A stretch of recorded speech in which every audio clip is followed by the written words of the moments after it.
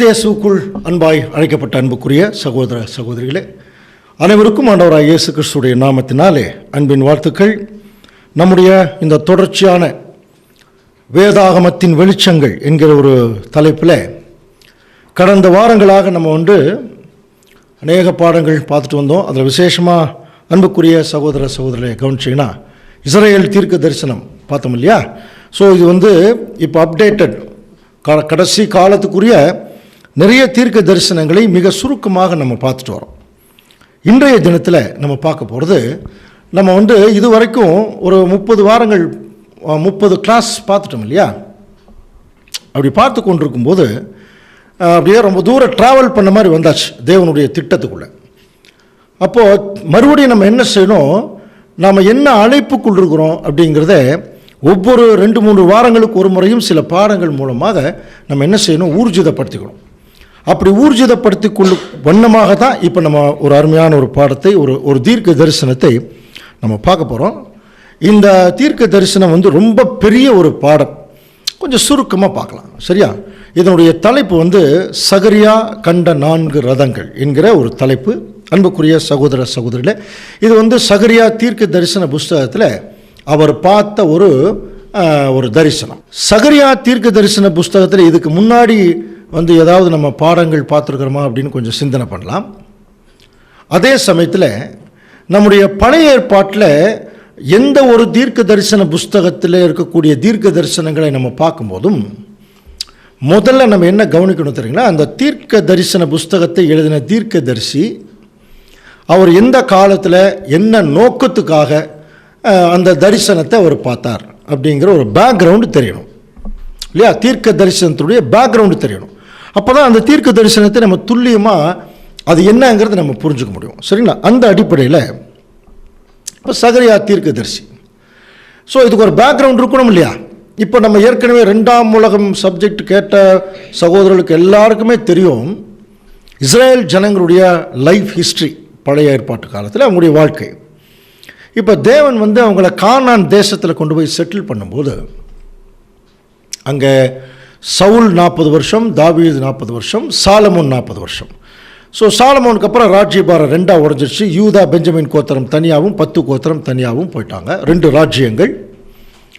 அதில் அசிரிய நாட்டு ராஜாக்கள் சண்டைக்கு 10 கோத்திரத்தை அவங்க ராஜ்யத்துக்குள்ளேயே கொண்டு போய் என்ன பண்ணிட்டாங்க, அவங்க சிதறடிச்சிட்டாங்க.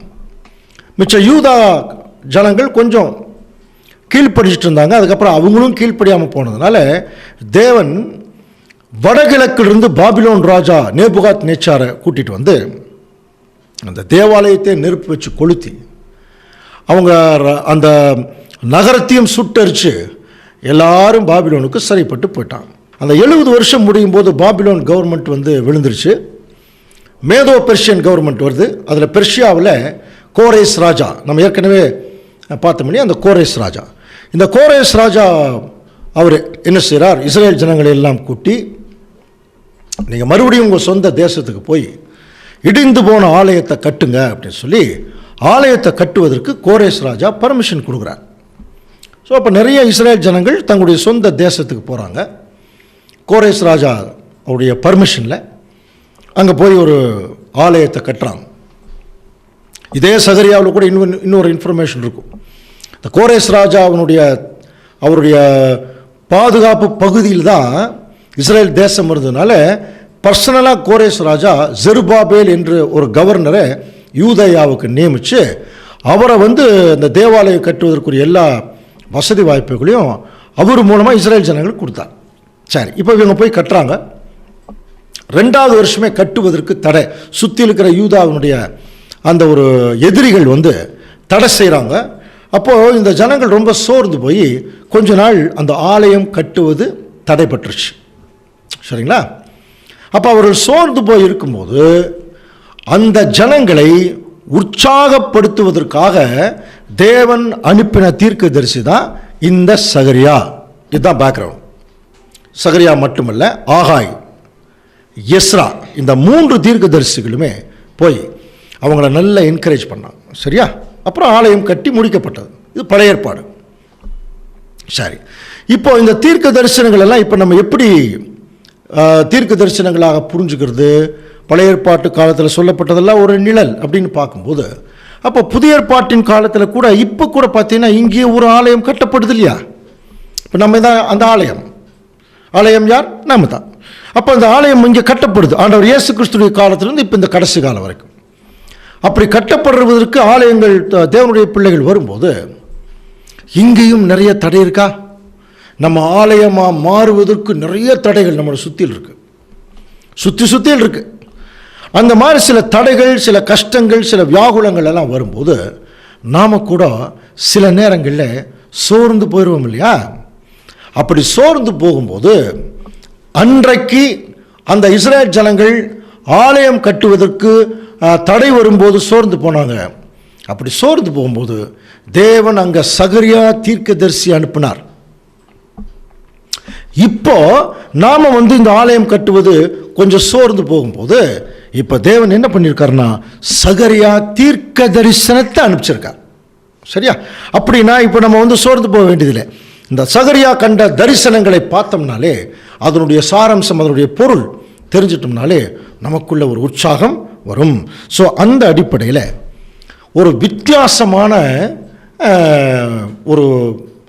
ஒரு விஷன், ஒரு தரிசனத்தை இப்போ சகரியா பார்க்குறாங்க.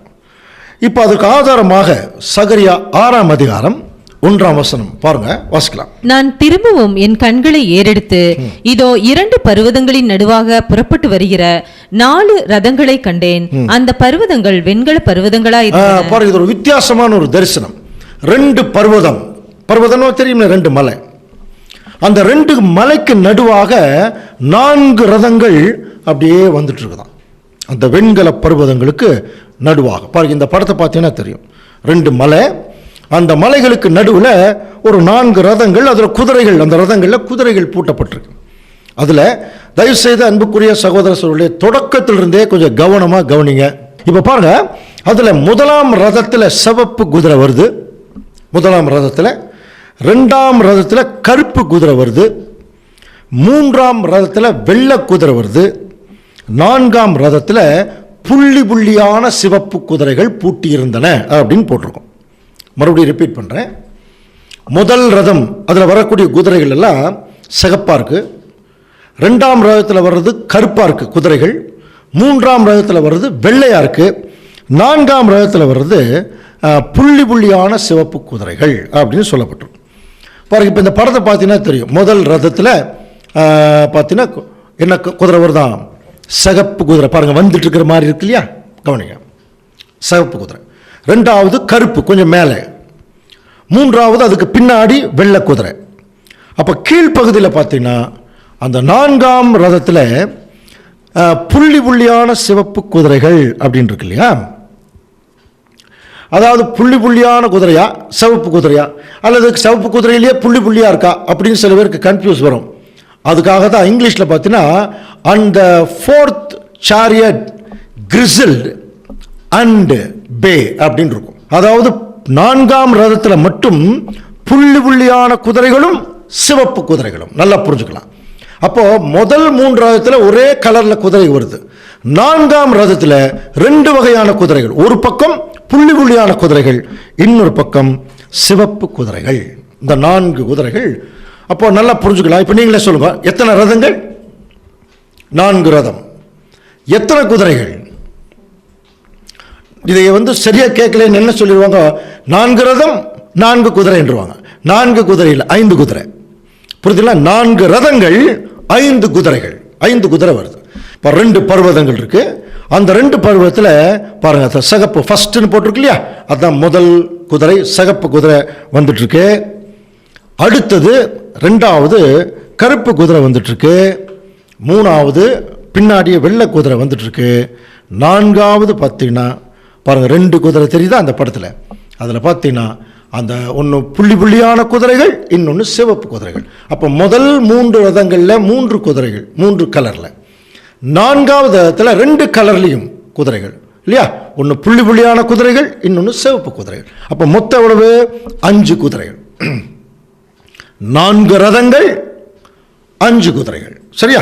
ஸோ இப்போ என்னுடனே பேசின தூதனை நோக்கி, ஆண்டவனே, இப்போ இதைத்தான் சகரியா பார்க்குறேன், இது என்ன அப்படின்னு கேட்குறார். இது என்ன குதிரை குதிரையாக வருது, அது என்னன்னு கேட்கும்போது அந்த தூதன் பிரதியுத்தரமாக, இவைகள் சர்வலோகத்துக்கும் ஆண்டவராக இருக்கிற சமூகத்தில் நின்று புறப்படுகிற வானத்திலுடைய 4 ஆவிகள் அப்படின்னு சொல்கிறார். இது ஒன்றும் புரியாது, பின்னாடி விளக்கம் சொல்லும்போது அது புரியும். ஏதோ 4 ஆவிகளை வானத்திலிருந்து அப்படியே உற்று கவனிச்சுட்டு இருக்கார். இப்போ வந்த பாருங்க, இப்போ இவ்வளோ நேரம் பார்த்தது இந்த குதிரைகள்லாம் வந்தது. இப்போ அவர் உற்று கவனிக்கும் போது வந்த குதிரைகள் ஒவ்வொரு திசையை நோக்கி மறுபடியும் போகுது. அது எங்க போகுது பாருங்க. சகரியா தீர்க்க தரிசன புஸ்தகம் 6ஆம் அதிகாரம் 6ஆம் வசனம். ஒன்றில் பூட்டப்பட்டிருந்த கருப்பு குதிரைகள் வடதேசத்துக்கு புறப்பட்டு பாருங்க, முதல்ல வந்தது சிகப்பு, இப்ப போறது முதல்ல கருப்பு குதிரை போதா. எங்க போகுதுன்னா வடதேசத்துக்கு போகுது. வெண்மையான குதிரைகள் அவைகளின் பின்னாலே புறப்பட்டு, வெண்மையான குதிரைகள் அவருக்கு பின்னாடி போயிட்டு இருக்கு. புள்ளி புள்ளியான குதிரைகள் தென் தேசத்துக்கு புறப்பட்டு போய், இப்ப 3 குதிரைகளை மட்டும் இந்த இடத்துல சொல்லியிருக்கு. அப்போ வந்தது 4 ரதம், 5 குதிரை. இப்போ போகிற போது பார்த்தீங்கன்னா முதல்ல கருப்பு குதிரை வடதேசத்துக்கு போகுது, அந்த வெண்மையான குதிரைகள் அதுக்கு பின்னாடியே போகுது, புள்ளி புள்ளியான குதிரைகள் தென் தேசத்துக்கு போதான். ஒன்று வடதேசத்துக்கு 2 போகுது, ஒன்று தென் தேசத்துக்கு போகுது.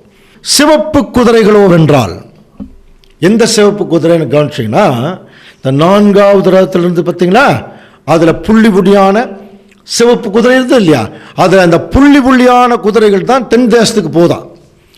அது கூட இருந்த சிவப்பு குதிரைகளோ வென்றால், 7ஆம் வசனம் பாருங்க, பூமியிலே சுற்றி திரியும்படி கேட்டுக்கொண்டது. அதற்கு அவர் சொல்றார், போய் சுற்றிட்டு திரிங்க அப்படின்னு சொன்னாரா, அது போய் சுற்றி திரிந்ததுன்னு இருக்கும் இல்லையா.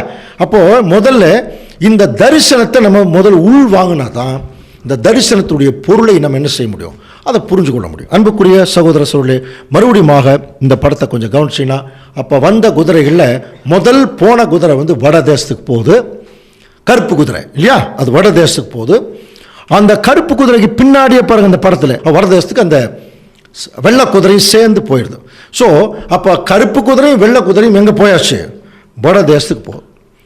அதில் கடைசியில் இருந்த அந்த 2 குதிரை பூட்டப்பட்டிருந்தது இல்லையா, அதில் ஒரு சிகப்பு குதிரை சுற்றி திரியும்படி போகுது. இந்த பக்கம் இருக்கக்கூடிய புள்ளி புள்ளியான குதிரைகள் தென் தேசத்துக்கு போகுது. மறுபடியும் சொல்லட்டுமா, 4 ரதங்கள் வந்ததா, 5 குதிரைகள் இருந்ததா, அதில் இப்போ போகிறது முதல் கருப்பு குதிரை வடதேசத்தை நோக்கி போகுது, அடுத்தது பின்னாடியே வெள்ளை குதிரையும் வடதேசத்தை நோக்கி போயிடுச்சு. ஓகே, அது கடைசியில் இருக்கிற அந்த 2 குதிரைகள் இருக்கு இல்லையா, 4ஆம் ரதத்தில் அந்த 2 குதிரைகளில் சிவப்பு குதிரை சுற்றி திரியும்படி கேட்டுக்கொண்டு அது போயிடுச்சான். அப்புறம் புள்ளி புள்ளியான குதிரைகள் தென் தேசத்துக்கு போயிடுச்சு. சரியா, இப்போ இந்த வடதேசத்துக்கு புறப்பட்டு போன குதிரைகள் என்ன ஆச்சு அப்படின்னு சொல்லி கொஞ்சம் கவனிக்கும் போது சகரியா 6ஆம் அதிகாரம் 8ஆம் வசனம். பின்பு அவர் என்னை கூப்பிட்டு, பார், வடதேசத்துக்கு புறப்பட்டு போனவைகள் வடதேசத்திலே என் கோபத்தை சாந்தி பண்ணிற்று. இந்த தரிசனத்தினுடைய ஒரு முடிவு இதுதான். கவனிச்சு பார்த்தீங்கன்னா, வடதேசத்துக்கு புறப்பட்டு போன அந்த குதிரைகள் என் கோபத்தை, தேவன் சொல்ற மாதிரி என் கோபத்தை சாந்தி பண்ணிற்று அப்படிங்கிறதா இந்த ஒரு விஷயம். இதில் வந்த குதிரைகள் 5, போன குதிரைகள் 4, ஒரு குதிரையை பற்றி மட்டும் சொல்லவே இல்லை. இப்போ நீங்கள் அந்த படத்தை பார்த்தீங்கன்னாலே தெரிஞ்சிருக்கும்.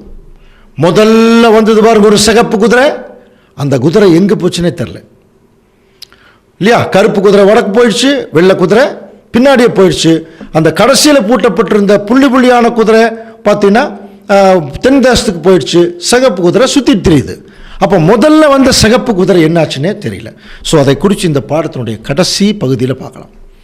சரி, இப்போது இது குதிரையெல்லாம் வருது போகுது அப்படின்னாலே இது என்னத்தை குறித்து தேவன் நமக்கு இந்த தரிசனத்தில் சொல்ல வருகிறார் என்று சொல்லி கொஞ்சம் கவனிக்கும் போது, நம்ம ஏற்கனவே பவுல் எழுதுகிறார் இல்லையா, நீங்கள் சத்திய வசனத்தை எப்படி போதிக்கணுமா, 2 தீமோத்தேயு 2ஆம் அதிகாரம் 15ஆம் வசனத்தில் நிதானமாய் பகுத்து போதிக்கணும்.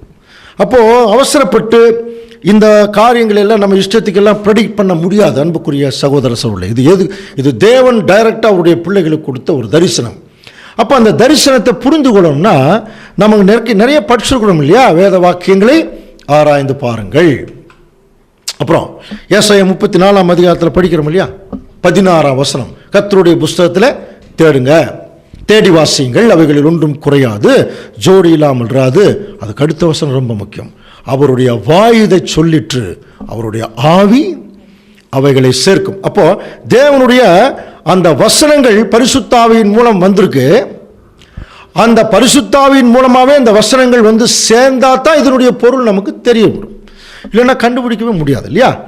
அதனால முதல்ல இந்த தரிசன பாடத்திற்குள்ளே போகிறதுக்கு முன்னால் பவுலுடைய வார்த்தைகளை கொஞ்சம் நினைவு கூறலாம். என்ன சொல்கிறார்? 1 கொரிந்தியர் 2 அதிகாரத்தில், நாங்கள் உலகத்தின் ஆவியை பெறாமல் தேவனால் எங்களுக்கு அருளப்பட்ட அவருடைய பரிசுத்தாவியவே நாங்கள் பெற்றிருக்கிறோம். அதனால் அவைகள் மனுஷ ஞானம் பேசுகிற வார்த்தைகளினாலே பேசாமல் பரிசுத்தாவி போதிக்கிற வார்த்தைகளினாலே பேசி ஆவிக்குரியவைகளை ஆவிக்குரியவைகளோட என்ன பண்ணணும்? இப்போ சம்பந்தப்படுத்தணும். நல்லா புரிஞ்சுக்கலாம். ஆவிக்குரியவைகளை ஆவிக்குரியவர்களோட சம்பந்தப்படுத்தினால் மட்டும்தான் இந்த சத்தியம் என்னங்கிறது நம்ம புரிஞ்சுக்க முடியும். சரி, இப்போ நம்ம என்ன செய்யலாம்? முதல்ல இந்த 2 வெண்கல பர்வதங்கள் எதை குறிக்கும்? அந்த 4 ரதங்கள், அப்புறம் அதில் பூட்டப்பட்டிருந்த குதிரைகள், இவைகளெல்லாம் என்னன்னு முதல் தெரியாமல் நம்ம இந்த சத்தியத்துக்குள்ளே போக முடியாது இல்லையா? அப்போ முதல்ல நம்ம கண்டுபிடிக்க வேண்டியது அந்த 2 வெண்கல பர்வதங்கள். ஃபஸ்ட் அது எதை குறிக்கும்? அன்புக்குரிய சகோதர சகோதரர்களே, நமக்கே தெரியும், பைபிளில் பர்வதம்னால என்னன்னு புரிஞ்சுக்கலாம், மலை இல்லையா? அப்போது பர்வதங்கள் 2 பர்வதம்னா 2 மலை, அவ்வளோதான். அப்போ தேவனுடைய பிளான் கொஞ்சம் நல்லா உற்று கவனிச்சுன்னா அந்த பர்வதங்கள் எதை குறிக்குது அப்படின்னு கொஞ்சம் கவனிக்கலாம். மலைனால எதை குறிக்கும்? ஒரு க்ளூ வேணால் ஒரு வசனத்தில் பார்க்கலாம். அதை பார்த்தோம்னா ஓரளவுக்கு நம்ம புரிஞ்சுக்கலாம். 3ஆம் உலகம் சப்ஜெக்ட் பார்த்தோம் இல்லையா? அதில் ஏசாயா 2 அதிகாரம் 2 வசனம் வாசிக்கலாம். கடைசி நாட்களில் கர்த்தருடைய ஆலயமாகிய பர்வதம் பர்வதங்களின் கொடுமுடியில் ஸ்தாபிக்கப்பட்டு மலைகளுக்கு மேலாய் உயர்த்தப்படும், எல்லா ஜாதிகளும் அதற்கு ஓடி வருவார்கள். பாருங்க, அந்த 3ஆம் உலகம் சப்ஜெக்ட்ல பார்த்தோம் இல்லையா? கடைசி நாளில் கர்த்தருடைய ஆலயமாகிய பர்வதம், பர்வதங்களின் கொடுமுடி. ஸோ பர்வதம்ங்கிறதே, இந்த வசனம் அந்த பர்வதம்ங்கிறது எதை சொல்லுது? தேவனுடைய ராஜ்யம் இல்லையா? பெரிய மலை, தேவனுடைய ராஜ்யம். அதே 5ஆம் உலக பேரரசு, இதே வேதாகம வெளிச்சங்கள் பாடத்தில் ஒரு 5வது 6வது பாடமாக வந்திருக்கும் இல்லையா? 5ஆம் உலக பேரரசு. அதுலேயும் நம்ம பார்த்துருக்கோம், ஒரு பெரிய சிலை, அந்த சிலையை வந்து ஒரு சின்ன கல் மலையிலிருந்து வந்து மோதி அடித்து அந்த சிலையை மோதின கல்லோ வென்றால் என்ன ஆயிடுச்சான்? ஒரு பெரிய பர்வதமாச்சு. ஞாபகம் இருக்குங்களா? அப்போது நம்ம ஏற்கனவே அந்த 5ஆம் உலக பேரரசு சப்ஜெக்டில் பார்த்துருக்குறோம். அந்த சின்ன கல் தான் ஆண்டவர் இயேசு கிறிஸ்துடைய 2ஆம் வருகை, அவருடைய ராஜ்யத்தின் ஆரம்பம். ரொம்ப சின்னதாக இருக்குமா, தெரியாது யாருக்குமே. ஆனால் பாதத்தில் வந்து அடித்து கிராஜுவலாக அந்த கல் தான் என்ன ஆகுதுன்னா ஒரு பெரிய மலையாக மாறுது. நம்ம ஏற்கனவே அந்த சப்ஜெக்டை பார்த்துருக்கோம், ஞாபகம் இருக்கா? அப்போது ஒரு சின்ன கல் ஒரு பெரிய மலையாக மாறணும் அப்படின்னா 2 ஆப்ஷன். ஒன்று, கல் வளரணும், அல்லது அந்த கல்லோட நிறைய கற்கள் சேரணும். இப்போ என்ன நடக்குது? ஆண்டவர் இயேசு கிறிஸ்து 2ஆம் வருகையில் வந்துட்டார்னா அவரோட அவருடைய திருச்சபையின் பிள்ளைகள் நிறைய கற்கள் சேரும். கிராஜுவலாக நடக்கும். பெரிய பர்வதம். ஸோ அன்புக்குரிய சகோதரர், பர்வதம்னாலே நமக்கு நல்லா புரிஞ்சுக்கலாம் அது எதை குறிக்குது? ராஜ்யம் இல்லையா? பர்வதம்னாலே அது ராஜ்யத்தை குறிக்குது. அப்படின்னா இந்த ஒரு விஷனில், இந்த ஒரு தரிசனத்தில் 2 பர்வதங்கள், அது வெண்கல பர்வதம் இருக்கும். நமக்கு ஆசரிப்பு கூடாரமெல்லாம் படிச்சிருக்கோம் இல்லையா? அந்த வெண்கலம்ங்கிற வார்த்தை இங்கிலீஷில் பார்த்தீங்கன்னா எப்படி இருக்கும்? வெண்கலம்ங்கிறது இப்போ நம்ம பிரான்ஸ்ன்னு சொல்கிறோம். ஆனால் ஆக்சுவலாக பைபிளில் சொல்லப்பட்ட வெண்கலம் என்பது தாமிரத்தை குறிக்கும் இல்லையா? தாமிரம்ங்கிறதுக்கு என்ன சொல்லலாம்? காப்பர். இங்கிலீஷில் காப்பர், சுத்தமான தமிழில் சொன்ன செம்பு. இப்போது நமக்கு ஏற்கனவே தெரியும், ஆசரிப்பு கூடார சப்ஜெக்ட் பார்த்தோம் இல்லையா? அதில் அந்த செம்பு, அதை தான் வெண்கலம்னு சொல்லப்பட்டிருக்கு. அதெல்லாமே பார்த்தீங்கன்னா அந்த பிரகாரத்தில் இந்த பலிபீடம், அந்த தண்ணீர் தொட்டி, இதெல்லாமே இதில் தான் செஞ்சுருப்பாங்க. அதே சமயத்தில் பரிசுத்த ஸ்தலம், மகா பரிசுத்த ஸ்தலத்துக்குள்ளே போயிட்டோம்னாலே அங்கே இருக்கிற எல்லாமே பொருளெல்லாம் தங்கம். இவைகள் எல்லாம் எதற்கு அடையாளமாக இருக்கு? இந்த வெண்கலம், அந்த அந்த செம்பு, இதெல்லாம் எதற்கு நிழலாக பைபிள் நமக்கு சொல்லப்பட்டிருக்கு அப்படின்னு கொஞ்சம் கவனிச்சு பார்க்கும்போது, நம்ம அந்த ஆசிரிப்பு கூடார சப்ஜெக்டில் கொஞ்சம் லைட்டாக அப்படியே தொட்டுட்டு போயிருப்போம். எப்படி? அந்த தங்கம் என்பதெல்லாமே ஒரு தெய்வீக குணலட்சணம் இல்லையா? அது எப்போதுமே மாறா இருக்கக்கூடிய ஒரு தன்மை, கொஞ்சம் உயர்ந்த ஒரு மெட்டல். அதனால அந்த தங்கத்தை திருச்சபையினுடைய பிள்ளைகளை பொறுத்த வரைக்கும் அது எப்படி சொல்லியிருப்பாங்கன்னா, ஒரு தங்கமான பையன் அப்படின்னு சொல்ற மாதிரி உயர்ந்த குணத்தை அது குறிக்கும், தெய்வீக குணலட்சணம். அப்போ தங்கம் எங்கெங்கெல்லாம் பைபிளில் வருதோ மேக்சிமம் அது தெய்வீக குணலட்சணத்தை அது குறிக்கிறதா இருக்கும். அதே மாதிரி சில்வர், வெள்ளி, அது எதை குறிக்குது? நமக்கு நல்லா தெரியும், கர்த்தருடைய சொற்கள் புறம்படப்பட்ட வெள்ளி கோப்பார், சங்கீதம் 12:6 படிக்கிறோம் இல்லையா? அது சத்தியத்தை குறிக்கும். அதே மாதிரி இந்த வெண்கலம் கூட அல்லது இந்த தாமிரம் கூட அது பார்த்தீங்கன்னா கொஞ்சம் சிகப்பாக இருக்கும், தங்கம் மாதிரியே தான் இருக்கும், ஆனால் தங்கம் இல்லை இல்லையா? சிகப்பாக இருக்கும். அப்போ இது எதை குறிக்குது? அப்போ சாதாரண தங்கம் ஒரு தெய்வீக குணலட்சணம் அப்படின்னாலே, ஒரு வெள்ளிங்கிறது அது ஒரு எல்லாம் ரிஃப்ளெக்ட் ஆகுது இல்லையா? அது ஒரு சத்தியத்தை குறிக்குதுங்கிற போது, இந்த காப்பர் அல்லது இந்த வெண்கலம் எதற்கு நிழலாக பைபிளில் நமக்கு சொல்லப்பட்டிருக்கு என்று சொல்லி பார்க்கும்போது, இதனுடைய கலர் சிகப்பு. இது எப்படி புரிஞ்சுக்கலாம்னா, இதை நம்முடைய வேத ஆராய்ச்சியில் இதைய எந்த ஒரு கேரக்டருக்கு ஒப்பிட்டு சொல்கிறாங்கன்னா, மனிதனுடைய ஒரு பரிபூரண நிலைமைக்கு ஒப்பிட்டு நமக்கு சொல்கிறாங்க. இப்போ நீங்கள் என்ன கோபம் வரும்போது தெரியுமா, இது என்ன இஷ்டத்துக்கு நீங்கள் பாட்டுக்கு ஆளாளுக்கு ஒரு இதுன்னா இந்த குணம், இதுன்னா அந்த குணம்னு இஷ்டத்துக்கு சொல்லுவீங்களா அப்படின்னு நீங்கள் நினைக்கிறதுக்கு தெரியுது. ஆனால் வேதம் ஒவ்வொரு பொருளுக்குமே ஒரு நேச்சர் கொடுக்குது. புரியுங்க? சிகப்பு ஆக்சுவலாக இது ஏன் மனிதனுடைய பரிபூர்ண நிலைமைக்கு ஒப்பிட்டு பைபிள் சொல்லுது அப்படின்னா, நம்ம ஆதாம் இருக்கிறார் பார்த்தீங்களா? ஆதாம், அவரை தேவன் இந்த பூமியில் படைச்ச போது அவர் என்ன நிலைமையில் இருந்தார்? அதாவது பாவம் செய்வதற்கு முன்னால எப்படி இருந்தார்னா, ஒரு பாவம் இல்லாத நிலைமை. அது நம்ம புரிஞ்சுக்கிறதுக்காக பரிபூர்ண நிலைமைன்னு சொல்லுவாங்க. பரிபூர்ண நிலைமைங்கிறது உச்சக்கட்ட ஒரு மெச்சூரிட்டி. ஆனால் அந்த மெச்சூரிட்டி ஸ்டேஜில் தான் ஆதாம் படைக்கப்பட்டிருந்தார் இல்லையா? ஆதாம்னால என்ன அர்த்தம் தெரியுங்களா? செந்நிற மண்ணுன்னு அர்த்தமா பாருங்க. அப்போ ஆதாம் படைக்க அவருடைய நேச்சரை பார்த்தீங்கன்னா செந்நிற மண்ணு தான். அதான் அந்த செம்பு கூப்பிட்டு சொல்லப்பட்டிருக்கு. ஸோ இப்போ அந்த வெண்கல பர்வதம் படித்தோம் இல்லையா? அப்படின்னா அப்படியே புரிஞ்சது இல்லை. அது வெண்கல பர்வதம்ங்கிறது எதை குறிக்குது அப்படின்னா, 2 மலை, ஒரு மலை இங்கே ஒரு வெண்கலத்தில், இன்னொரு வெண்கலத்தில் அப்படின்னு என்ன அர்த்தம்? 2 பர்வதங்கள் எதை குறிக்குதுன்னா 2 ராஜ்யங்களை குறிக்குமா? நல்லா புரிஞ்சுங்க. அந்த 2 ராஜ்யங்கள் எங்க, அப்போ எங்க இருக்கு அந்த 2 ராஜ்யம் அப்படின்னு சொல்லி கவனிச்சிங்கன்னா, முதல்ல ஃபர்ஸ்ட் ஒரு ராஜ்யம் முதல்ல இந்த பூமியில், இப்போ நீங்களே சொல்லலாம், முதல் இந்த பூமிக்கு ராஜா யார் அப்படின்னு கேட்டா நம்ம யார் சொல்லலாம்? இந்த பூமிக்கு ராஜா யார்? அதாவது எல்லாவற்றையும் ஆண்டு கொள்றவங்களுக்கு பேர் தான் ராஜான்னு சொல்லுவாங்க.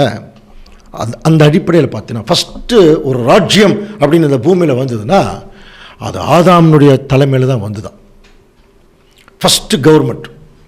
அப்படின்னா முதல் ராஜா யார் தான்? ஆதாம் தான். எதை வச்சு சொல்கிறீங்க?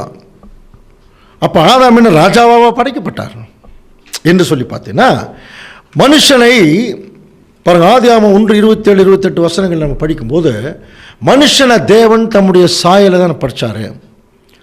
படைச்சது மட்டும் இல்லை, 27ஆம் வசனம் பாருங்க, நீங்கள் பலுகி பெருகி பூமியை நிரப்பி அதை கீழ்ப்படுத்தி, பார்த்தீங்கன்னா பூமியில் இருக்கிற எல்லாத்தையும் கீழ்ப்படுத்தி, சமுத்திரத்தின் மச்சங்கள், ஆகாயத்து பறவைகள், பூமியின் மேல் நடமாடுகிற சகல ஜீவ ஜந்துக்களையும் ஆண்டு கொள்ளுங்கள்.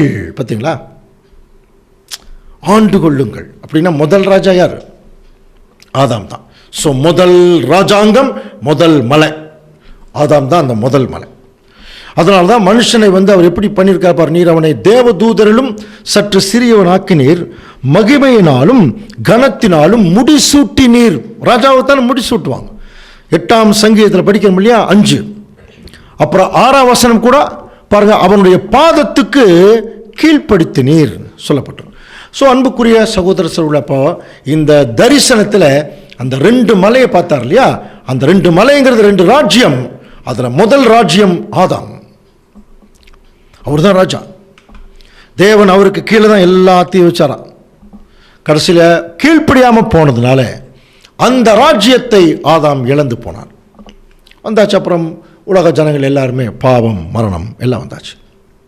ரொம்ப நாளாக ஒரு பெரிய பாவத்துக்குள்ள, மரணத்துக்குள்ள ஜனங்கள் போய் கொண்டிருக்கும் போது கடைசியாக பார்த்தீங்கன்னா இன்னொரு மலை ஒன்று வருதான் இல்லையா, 2வது ராஜ்யம். அது எது? முதல்ல எல்லாத்தையும் ஆண்டு கொள்றதுக்கு தேவன் ஆதாமுக்கு ஒரு வாய்ப்பை கொடுத்தார் இல்லையா. அந்த வாய்ப்பை அவர் இழந்து போனதுனால நம்ம பைபிளில் படிக்கிறோம் இல்லையா, கொரிந்தியர்ல 2ஆம் ஆதாம் சொல்லப்பட்டிருக்கு இல்லையா. அப்போ ஆண்டவர் இயேசு கிறிஸ்து 2ஆம் வருகையில் அவர் வரும்போது அவருடைய ராஜ்யம் இந்த பூமியில் ஸ்தாபிக்கப்படும். ஸோ முதல் ஒரு மலை, 2வது ஒரு மலை. இப்போ எத்தனை மலை? 2 மலை ஆயிடுச்சுங்களா. இயேசு கிறிஸ்து ராஜாவை வந்து உட்காருவார். இதுக்கெல்லாம் நிறைய வசனங்கள் நமக்கு நல்லா தெரியும். அப்படி ராஜாவை வந்து அவர் உட்காரும்போது இப்போ பாருங்கள், இதையத்தான் 2 பர்வதங்களுக்கு ஒப்பிட்டு பைபிள் சொல்லுது. புரியுதுல்ல? முதல் பர்வதம் ஆதாம், 2வது பர்வதம் ஆண்டவர் இயேசு கிறிஸ்து. அப்போ 2 பர்வதம் இருந்தாலே நடுவில் ஒரு பள்ளத்தாக்கு இருக்குமா இல்லையா? 2 பர்வதம் இருந்தாலே நடுவில் ஒரு பள்ளத்தாக்கு. அப்போ இந்த பள்ளத்தாக்கு எப்படி வந்துச்சு அப்படின்னு பைபிள் சொல்லுது.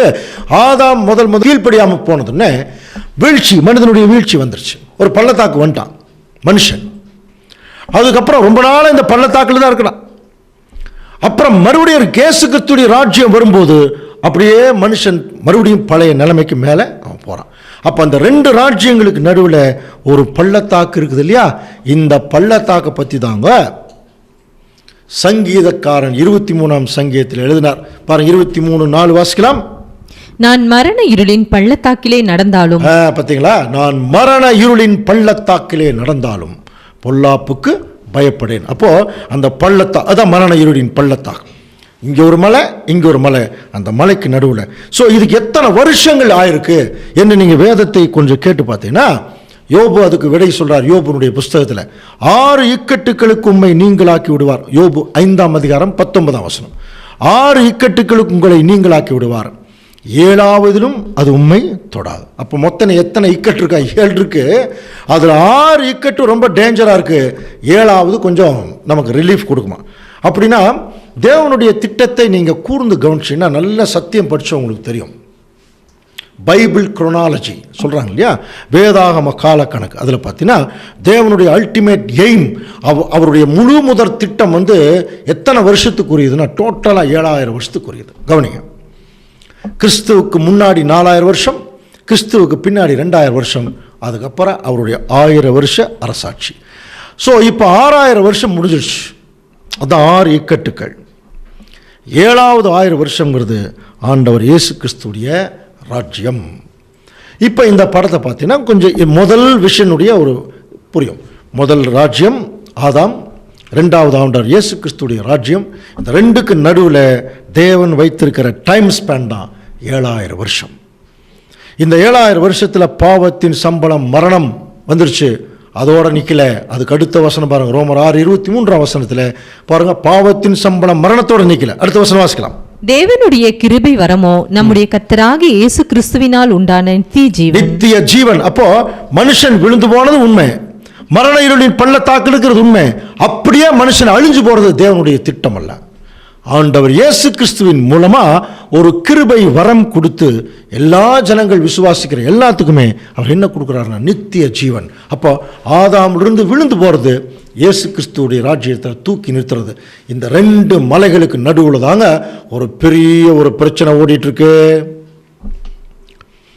ஆதாமிலிருந்து ஆண்டவர் இயேசு கிறிஸ்துவுடைய ராஜ்யம் வரைக்கும் 2 பர்வதங்களுக்கு நடுவில் தான் என்ன போச்சுன்னு பார்த்தோம். அந்த 4 ரதங்கள் இல்லையா, அந்த 4 ரதங்கள், அதில் வந்து பூட்டப்பட்டிருக்கிற குதிரைகள். அப்படின்னா ஆதாம் இருந்து ஆண்டவர் இயேசு கிறிஸ்துவின் ராஜ்யம் வரைக்கும் இங்கே என்ன நடந்துட்டு இருக்குன்னா 4 ரதங்கள் வருது, அதில் குதிரைகள் வருது. அது என்னன்னு தெரியணும் அப்படின்னா தேவனுடைய பிளான் என்னன்னு தெரிஞ்சாதான் இதை கண்டுபிடிக்க முடியும். நம்ம ஏற்கனவே முதல் உலகம், 2ஆம் உலகம், 3ஆம் உலகம், அந்த பிளானுடைய ஸ்கெலிட்டன் சொல்கிறோம் இல்லையா, அந்த ப்ளூ பிரிண்ட் மாதிரி நம்ம பார்த்துட்டோம். முதல் உலகத்திலிருந்து 3ஆம் உலகம் வரைக்கும். சுருக்கமாக சொன்னால், இழந்து போனதை தேடவும் ரட்சிக்குமே மனுஷகுமாரன் உலகத்தில் வந்தார். மனுஷன் 1ஆம் உலகத்தில் என்னத்தை இழந்தானோ அவன் அதை 3ஆம் உலகத்தில் அவனுடைய சந்ததிக்கே தேவன் கொடுக்க போறார். இதுதான் முழு முதற் திட்டம். ஓகே, இந்த திட்டத்தில் தான் 4 ரதங்களும் குதிரைகளும் வந்துட்டு. அப்படின்னா இப்போ சகரியா அதை அப்படியே உற்று கவனிக்கிறார். இது என்ன ஆண்டவரே, இவைகள் என்னவென்று கேட்டேன்.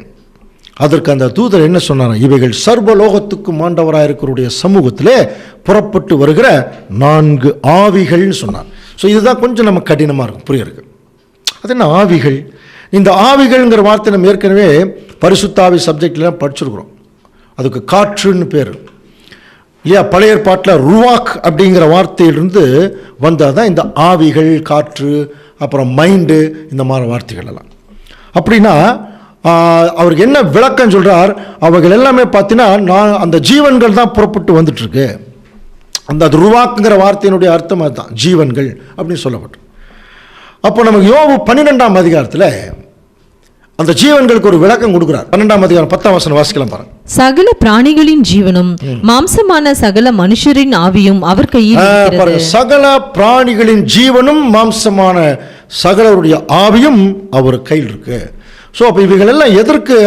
அந்த குதிரைகள், அந்த ரதங்கள் எல்லாம், அந்த 4 ஜீவன்கள்லாம் படித்தோம் இல்லையா? அந்த 5 குதிரைகள், இது எல்லாமே எதை குறிக்குதுன்னா மனுஷ ஜென்மங்கள், ஜீவன்கள். சுருக்கமாக சொன்னால் உலக ஜனங்கள் என்று பொருள். அப்போ ஆதாமிலிருந்து ஆண்டவர் இயேசு கிறிஸ்துடைய அந்த ராஜ்யம் வரைக்கும் கவனிங்க, உலக ஜனங்கள் 5 வகுப்பாராக ஒவ்வொருத்தராக வந்துட்டு இருக்கிறாங்களாம் தேவனுடைய திட்டத்தில். 4 ரதங்கள், 5 குதிரைகள் இல்லையா? 5 வகுப்பாராக அங்கே வந்துட்டு இருக்கிறாங்க. இப்போ இந்த 2 வெண்கல பருவத்துக்கு நடுவில் தேவனுடைய திட்டத்தை இப்போ நீ கொஞ்சம் நல்லா கவனிச்சினா தான் அது புரியும். தேவனுடைய திட்டத்தில் முதல்ல வந்த குதிரை என்ன குதிரைன்னு பார்த்தோம். ஃபர்ஸ்ட் கவனிச்சிங்களா? முதல்ல என்ன குதிரை வந்தது? சிகப்பு குதிரை. பாருங்க, அந்த படத்தை பாருங்க. சிவப்பு குதிரை வந்துச்சா? அப்போ 1ஆம் ரதத்தில் வந்த குதிரை வந்து சிவப்பு குதிரைனாலே அப்போ நம்ம என்ன புரிஞ்சுக்கணும் தெரியுங்களா? அப்போ தேவனுடைய திட்டத்தில் குதிரை வரல, ஜனங்க தான் வந்தாங்க இல்லையா? அப்போது முதல் தேவனுடைய திட்டத்தில் முதல்ல வந்த ஜனங்களை எந்த கலர் கூப்பிட்டு தேவன் பேசுகிறாருன்னா சிகப்பு. சிகப்பு என்றால் எதெல்லாம் குறிக்க சொல்லுங்க பார்க்கலாம். அது வந்து ரத்தம் இல்லையா? ஒரு தியாகத்துக்கு ஒப்பிட்டு சொல்லுவாங்க சிகப்பு கலரை. டேஞ்சருக்கு ஒப்பிட்டுன்னு சொல்லுவாங்க. நம்முடைய ஆண்டவர் இயேசு கிறிஸ்துடைய பலி கூட அப்படித்தான் இல்லையா? அப்போது நல்லா புரிஞ்சுக்கலாம் இந்த தீர்க்க தரிசனம் என்ன சொல்லுது. ஆதி ஆகமத்திலிருந்து இங்கே வெளிப்படுத்தின விசேஷம் வரைக்கும் இருக்கக்கூடிய காலப்பகுதி தான் 2 பர்வதத்தினுக்கு நடுவில் இருக்கிறது. அப்போ ஆதாமிலிருந்து எடுத்துக்கிட்டீங்கன்னா தியாகம் செய்வதற்காகவே வந்த ஒரு வகுப்பாராம், சிகப்பு குதிரை மாதிரி. தியாகம் செய்யறதுக்காகவே வந்தவங்களாம் அவங்களாம். அப்படின்னா அது யாருன்னு கண்டுபிடிக்கணுமா இல்லையா? யார் தியாகம்? ஆதாமிலிருந்து கவனிச்சு பாருங்க. தியாகம் செய்கிறதுக்காகவே யோசனை பண்ணி பார்த்தீங்கன்னா டக்குன்னு நம்முடைய மைண்டில் உதயமாகும். ஆதாமுக்கு அப்புறம் தியாகம் செய்கிறதுக்காகவே ரத்தத்தை சிந்தினது யார்? கவனிச்சு பாருங்க. ஆதாமுக்கு அப்புறம் காயின், ஆபேல். தேவனுடைய அவருக்கு பிரியமான பலி செலுத்தினார்ங்கிற ஒரே காரணத்தினால இல்லையா, பலியும் செலுத்திட்டாரு, அதே சமயத்தில் தன்னுடைய ரத்தத்தையும் சிந்தினார். யாருங்க சொல்லுங்க பார்க்கலாம்? ஆபேல். படிக்கிறோம் இல்லையா? அப்படின்னா ஆபேலை குறித்து சொல்லியிருக்கா அப்படின்னு ஒரு கேள்வி கேட்கும்போது, ஸோ இந்த ஒரு குறிப்பிட்ட வகுப்பு, ஏன்னா குதிரைகள்னாலே நிறைய பேர் அவங்க தியாகம் பண்ணுறதுக்காகவே தேவனுடைய திட்டத்தில் தொடக்கத்திலிருந்து வந்திருக்காங்களாம். அப்போது இவர்களை குறித்து வேதத்தில் எங்கேயாவது சொல்லப்பட்டிருக்குதா என்று சொல்லி கொஞ்சம் கவனிச்சிங்கன்னா, விசேஷமாக இப்படிப்பட்ட ஒரு வகுப்பாரை குறித்து நம்முடைய பைபிளில் ஒரு நிழல் சொல்லப்பட்டிருக்கு அன்புக்குரிய சகோதரர். அதனால தான் உங்களுக்கு ஒரு க்ளூ கொடுத்தேன் ஆபேல் அப்படின்னு சொல்லி. ஏன்னா அங்கிருந்து தான் தியாகமே ஆரம்பிக்குது இல்லையா? நிறைய பேர் அதுக்கப்புறம் தங்களை தியாகத்துக்கு உட்படுத்திகிட்டே இருந்தவங்க. ஆனால் இவங்க தான் அப்படிங்கிறத சொல்கிறதுக்கு கொஞ்சம் நமக்கு ஒரு மூகாந்திரம் இல்லாத போது வேதம் நமக்கு மூகாந்திரம் கொடுக்குது. பாருங்க, இப்போ இஸ்ரேல் ஜனங்களுடைய லைஃப் ஹிஸ்டரியில் கொஞ்சம் கவனிச்சின்னா, மோசே ஆரோன் 2 பேர்த்தை நோக்கி தேவன் பாருங்க, ஒரு பெக்யூலியரா ஒரு நூதனமான ஒரு பலியை செலுத்த சொல்றார். வாசிக்கலாம். என்னாகமம் 19ஆம் அதிகாரம் 2ஆம் வசனம். கர்த்தர் கற்பித்த நியாய பிரமாணமாவது, பழுதற்றதும் ஊனம் இல்லாததும் நுகத்தடிக்கு உட்படாததுமாகிய சிவப்பான ஒரு கெடாரியை உன்னிடத்தில் கொண்டு வர. இதுக்கு முன்னாடி எல்லாம் இஸ்ரேல் ஜனங்களை பலி செலுத்த சொல்லும் போது ஒரு பழுதற்றதும் ஆணும் காளைகள், வெள்ளாட்டுக்கடா இல்லையா, இவங்களை தான் பலி செலுத்த சொல்வார். ஆனா இப்ப திடீர்னு பாருங்க, அவர் ஒரு மோசேக்கு கற்பிக்கிறார். பழுதற்ற ஊனம் இல்லாததும் நுகத்தடிக்கு உட்படாததுமான ஒரு சிவப்பு கிடாரியை உன்னிடத்துல கொண்டு வாங்குறார். கொஞ்சம் கவனிக்கிறீங்களா? நுகத்தடிக்கு உட்படாதது அப்படின்னா, நுகத்தடிக்கு உட்படாத மிருகம் இஸ்ரேல் ஜனங்க பயன்படுத்தின மிருகம் என்ன கண்டுபிடிக்கணும். அதுக்கு இங்கிலீஷில் பார்த்தீங்கன்னா ரெட் ஹைஃபர் அப்படின்னு இருக்கும். பாருங்கள், இந்த படத்தை பார்த்தீங்கன்னா தெரியும், ரெட் ஹைஃபர். ஸோ அது வேற ஒன்றும் இல்லைங்க, நுகத்தடிக்கு உட்படாது. நுகத்தை எந்த மாட்டு மேலே வைப்பாங்க? காளமாடு, ஆண் மாடு சொல்கிறோம் இல்லையா, புல்லக்கு, அது மேலே தான் அந்த வண்டி கட்டுறதுக்கு நுகத்து வைப்பாங்க. அப்புறம் அந்த ஒரு ஏர் உழுகிறதுக்கு அதுக்கெல்லாம் நுகத்தை வைப்பாங்க. அப்போ நுகத்தை வைக்காத ஒரு மாடு என்னன்னு சொல்லி பார்த்தீங்கன்னா பசு மாடு. நல்லா புரிஞ்சுக்கலாம். முதல் முறையாக இஸ்ரேல் ஜனங்களுடைய லைஃப் ஹிஸ்ட்ரியே ரொம்ப டிஃப்ரெண்ட்டான ஒரு விஷயம் என்னென்னா, எல்லா பலிகளுமே கவனிச்சு பார்த்தீங்கன்னா ஆண் மாடுகளும் காளைகளும் வெள்ளாட்டு கடாக்களும் இதைத்தான் பலி செலுத்துவாங்க இல்லையா. அந்த மிருகங்களை செலுத்த மாட்டாங்க. ஆனால் இந்த இடத்துல நுகத்தடிக்கு உட்படாத ஒரு பசுவை கொண்டு வாங்குங்கிறார். சரி, அதை எலியேசரின் ஆசாரியன் இடத்துல கொண்டு வரணும்.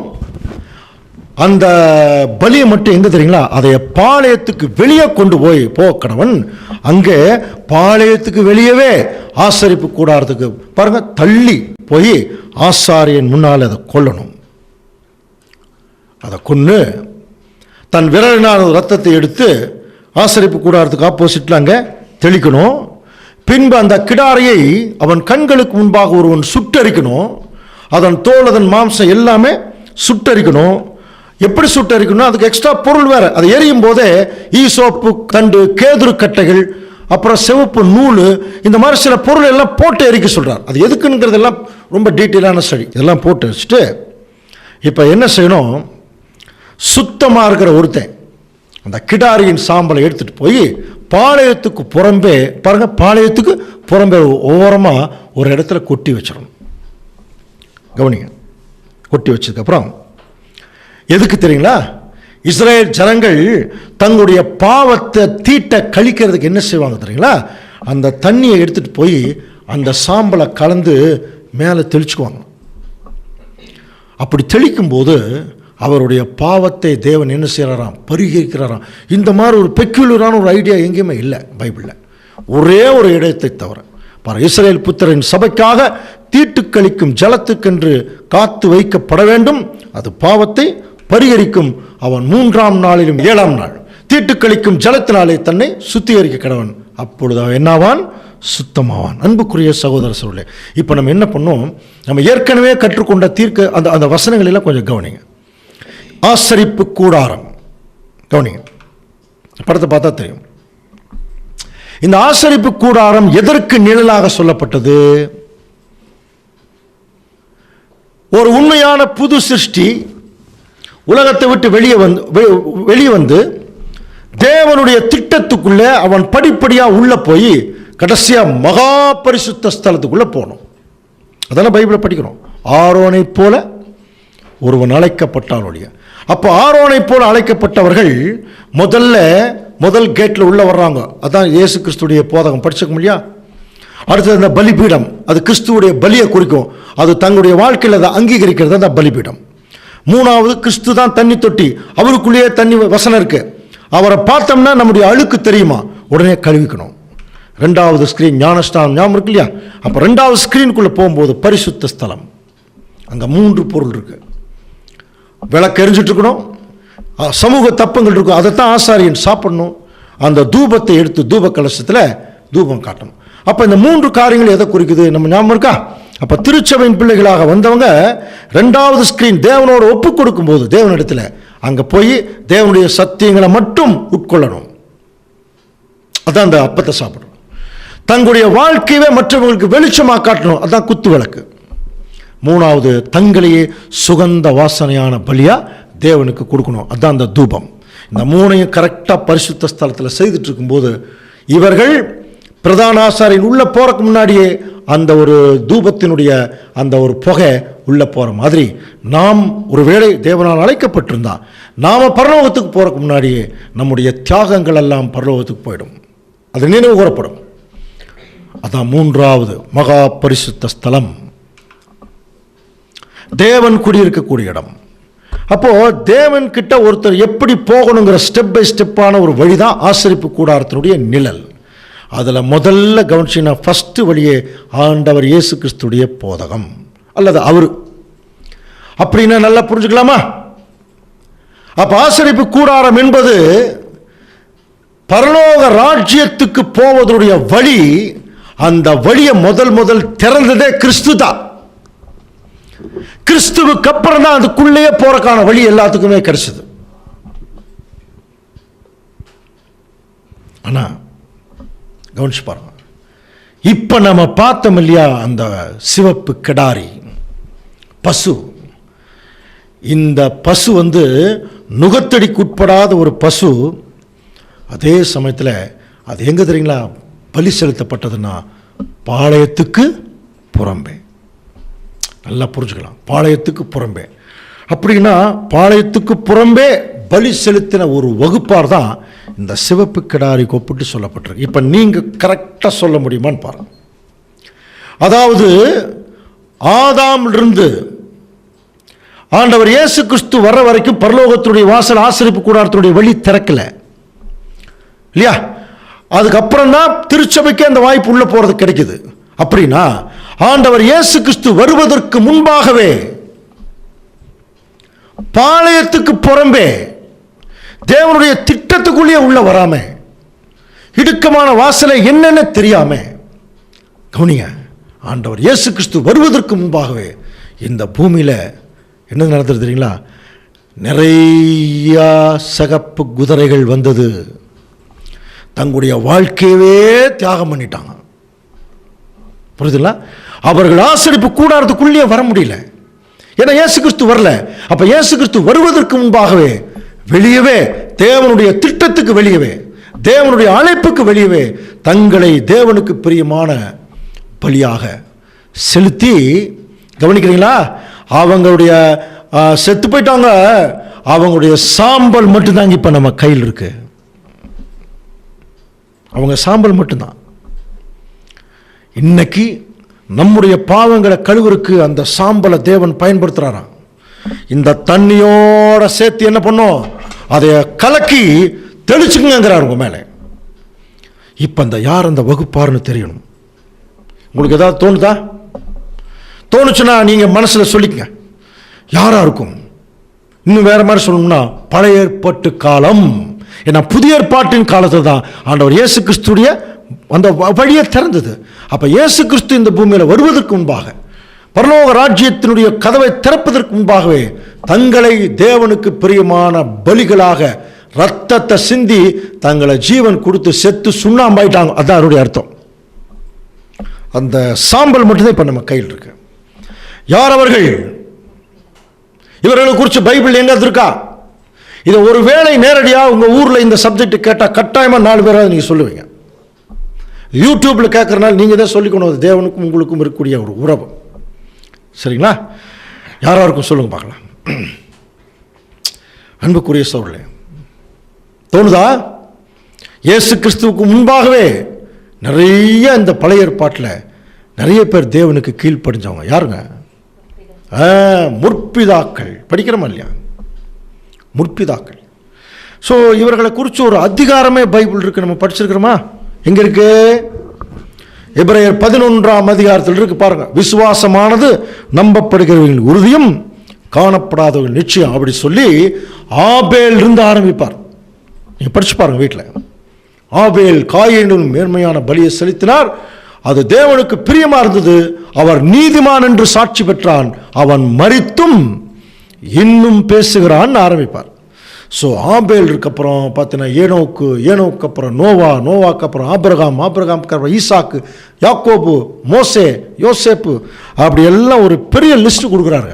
கொடுத்துட்டு எப்படி அதை முடிக்கிறார்? பின்னும் நான் என்ன சொல்லுவேன், 32ஆம் வசனம் பாருங்க. கிதியோன், பாராக், சிம்சோன், எப்தா, தாவீது, சாமுவேல் என்பவர்களை குறித்தும் தீர்க்கதரிசிகளையும் குறித்து இன்னும் நிறைய பேர் இருக்காங்க லிஸ்ட்டில். நான் அவர்களுக்கு விவரம் சொல்லணும்னா போதாது. ஆனால் அவங்களெல்லாம் எப்படி தெரியல இந்த பூமியில் வாழ்ந்தாங்க. இப்போ வாசிக்கலாம் பாருங்க. எபிரேயர் 11:33. விசுவாசத்தினாலே அவர்கள் ராஜ்யங்களை ஜெயித்தார்கள், நீதியை நடப்பித்தார்கள், வாக்குத்தத்தங்களை பெற்றார்கள், சிங்கங்களின் வாய்களை அடைத்தார்கள். யாருங்க? சிங்கங்களின் வாய்களை அடைத்தார்கள். தானியேல். அக்கினியின் உக்கரத்தை அவித்தார்கள். அனனியா, மிஷாயேல், அசரியா. பட்டயக்கருக்கு தப்பினார்கள். பலவீனத்தினாலே பலன் கொண்டார்கள். சாராள். யுத்தத்திலே வல்லவர்களானார்கள். கிதியோன் இல்லையா? சிம்சோன். அந்நியருடைய சேனையை முறியடித்தார்கள். ஸ்திரீகள் சாக கொடுத்து தங்களுடையவளை உயிரோடு எழுந்திருக்க பெற்றார்கள். மோசே. ஒவ்வொருத்தராக சொல்லிட்டு வரார். வேறு சிலர் மேன்மையான உயிர்த்தெழுதலை அடையும்படி விடுதலை பெற சம்மதியாமல் வாதிக்கப்பட்டார்கள். வேறு சிலர் நிந்தைகளையும் அடிகளையும் கட்டுகளையும் காவல்களையும் அனுபவித்தார்கள். கல்லறி உண்டார்கள். வாளால் அறுப்புண்டார்கள். பரீட்சை பார்க்கப்பட்டாங்க. பட்டயத்தினாலே வெட்டப்பட்டு மரித்தார்கள்.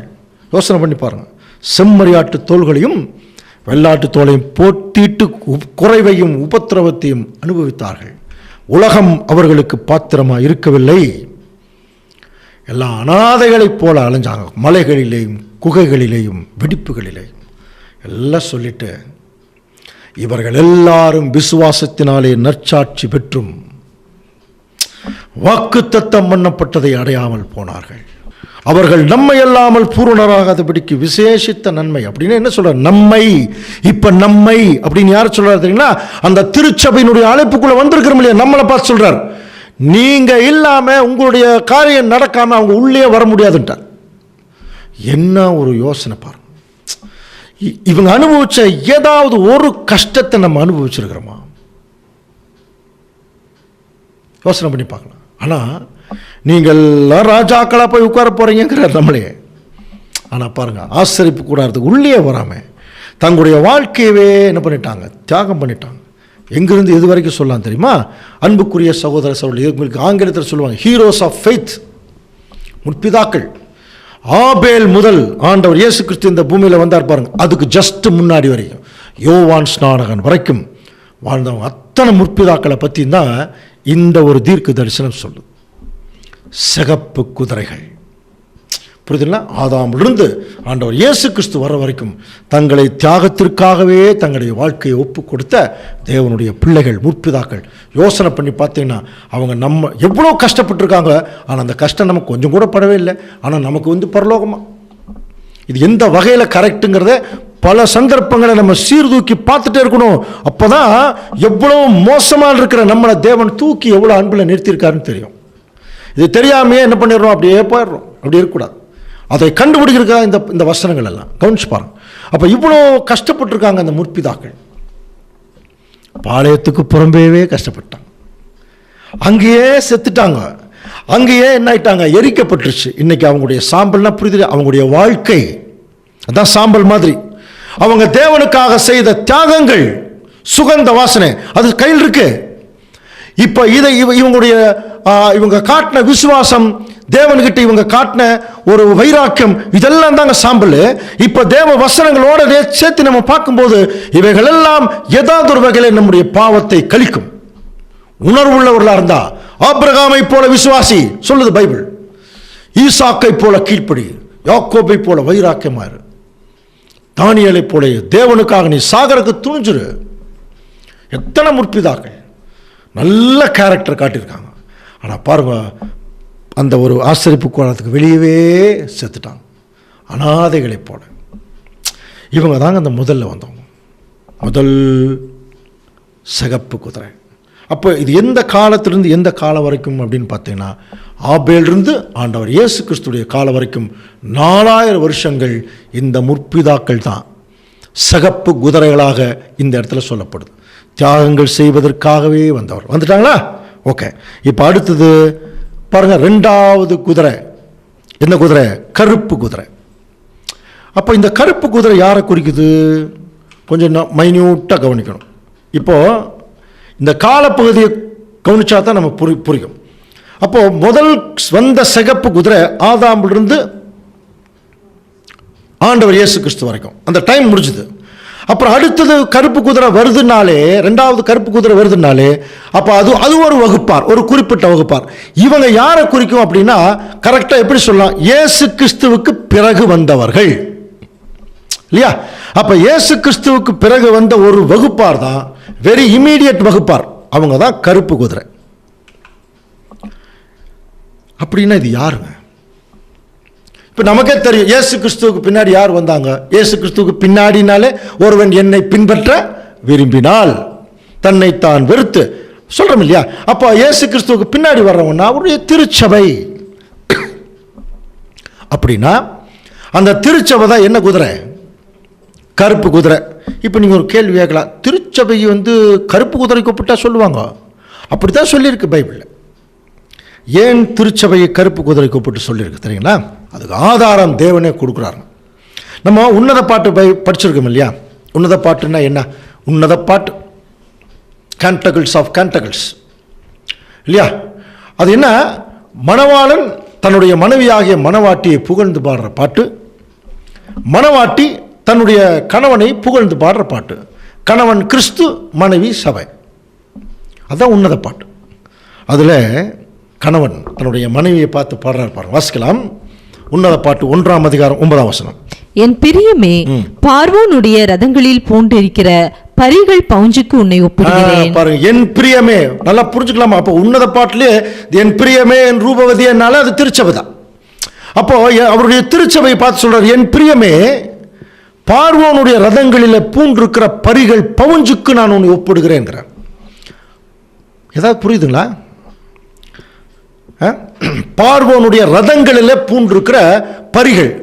பரிகள்னா என்ன? இதெல்லாம் பழைய லாங்குவேஜ். குதிரை, கவனிங்க, குதிரைகளா? அப்படின்னா பார்வோன் ராஜா எதுக்கு ராஜா? எகிப்து. நல்லா புரிஞ்சுக்கலாம். உலகத்திலேயே எகிப்தினுடைய குதிரைகளுக்கு தாங்க அதிகமான மவுஸ் இருக்கு. அந்த எகிப்தினுடைய குதிரையுடைய கலரே கருப்பு தான், ரொம்ப காஸ்ட்லி. நம்ம நல்லா கவனிச்சு பார்த்தோம்னா தெரியும். மிருகங்களையே அதிகமான விலை போகிறது எதுங்க? குதிரை தான். ஒரு யானையை கூட 5 லட்சம் ரூபாய்க்கு வாங்கிடலாம். ஆனால் இன்றைய காலகட்டங்களில் ஒரு குதிரையினுடைய மதிப்பு என்ன தெரியுமா? 1.5 கோடி ரூபாய். பெங்களூர்லாம் போய் பார்த்தீங்கன்னா குதிரை ரேஸ் போகிறாங்க இல்லையா? அவங்களுக்கு தெரியும், குதிரைக்காகவே சில பேர் உயிரோடு இருப்பாங்க. குதிரைக்கு காய்ச்சல் வந்துன்னா இவங்களுக்கு காய்ச்சல் வந்துடும், குதிரை செத்து போனால் இவங்களுக்கு செத்து போயிடுவாங்க. அப்படி இருக்கிறாங்க, வெறித்தனமாக இருக்கிறாங்க, குதிரை மேலே காசு கட்டுறது இல்லையா?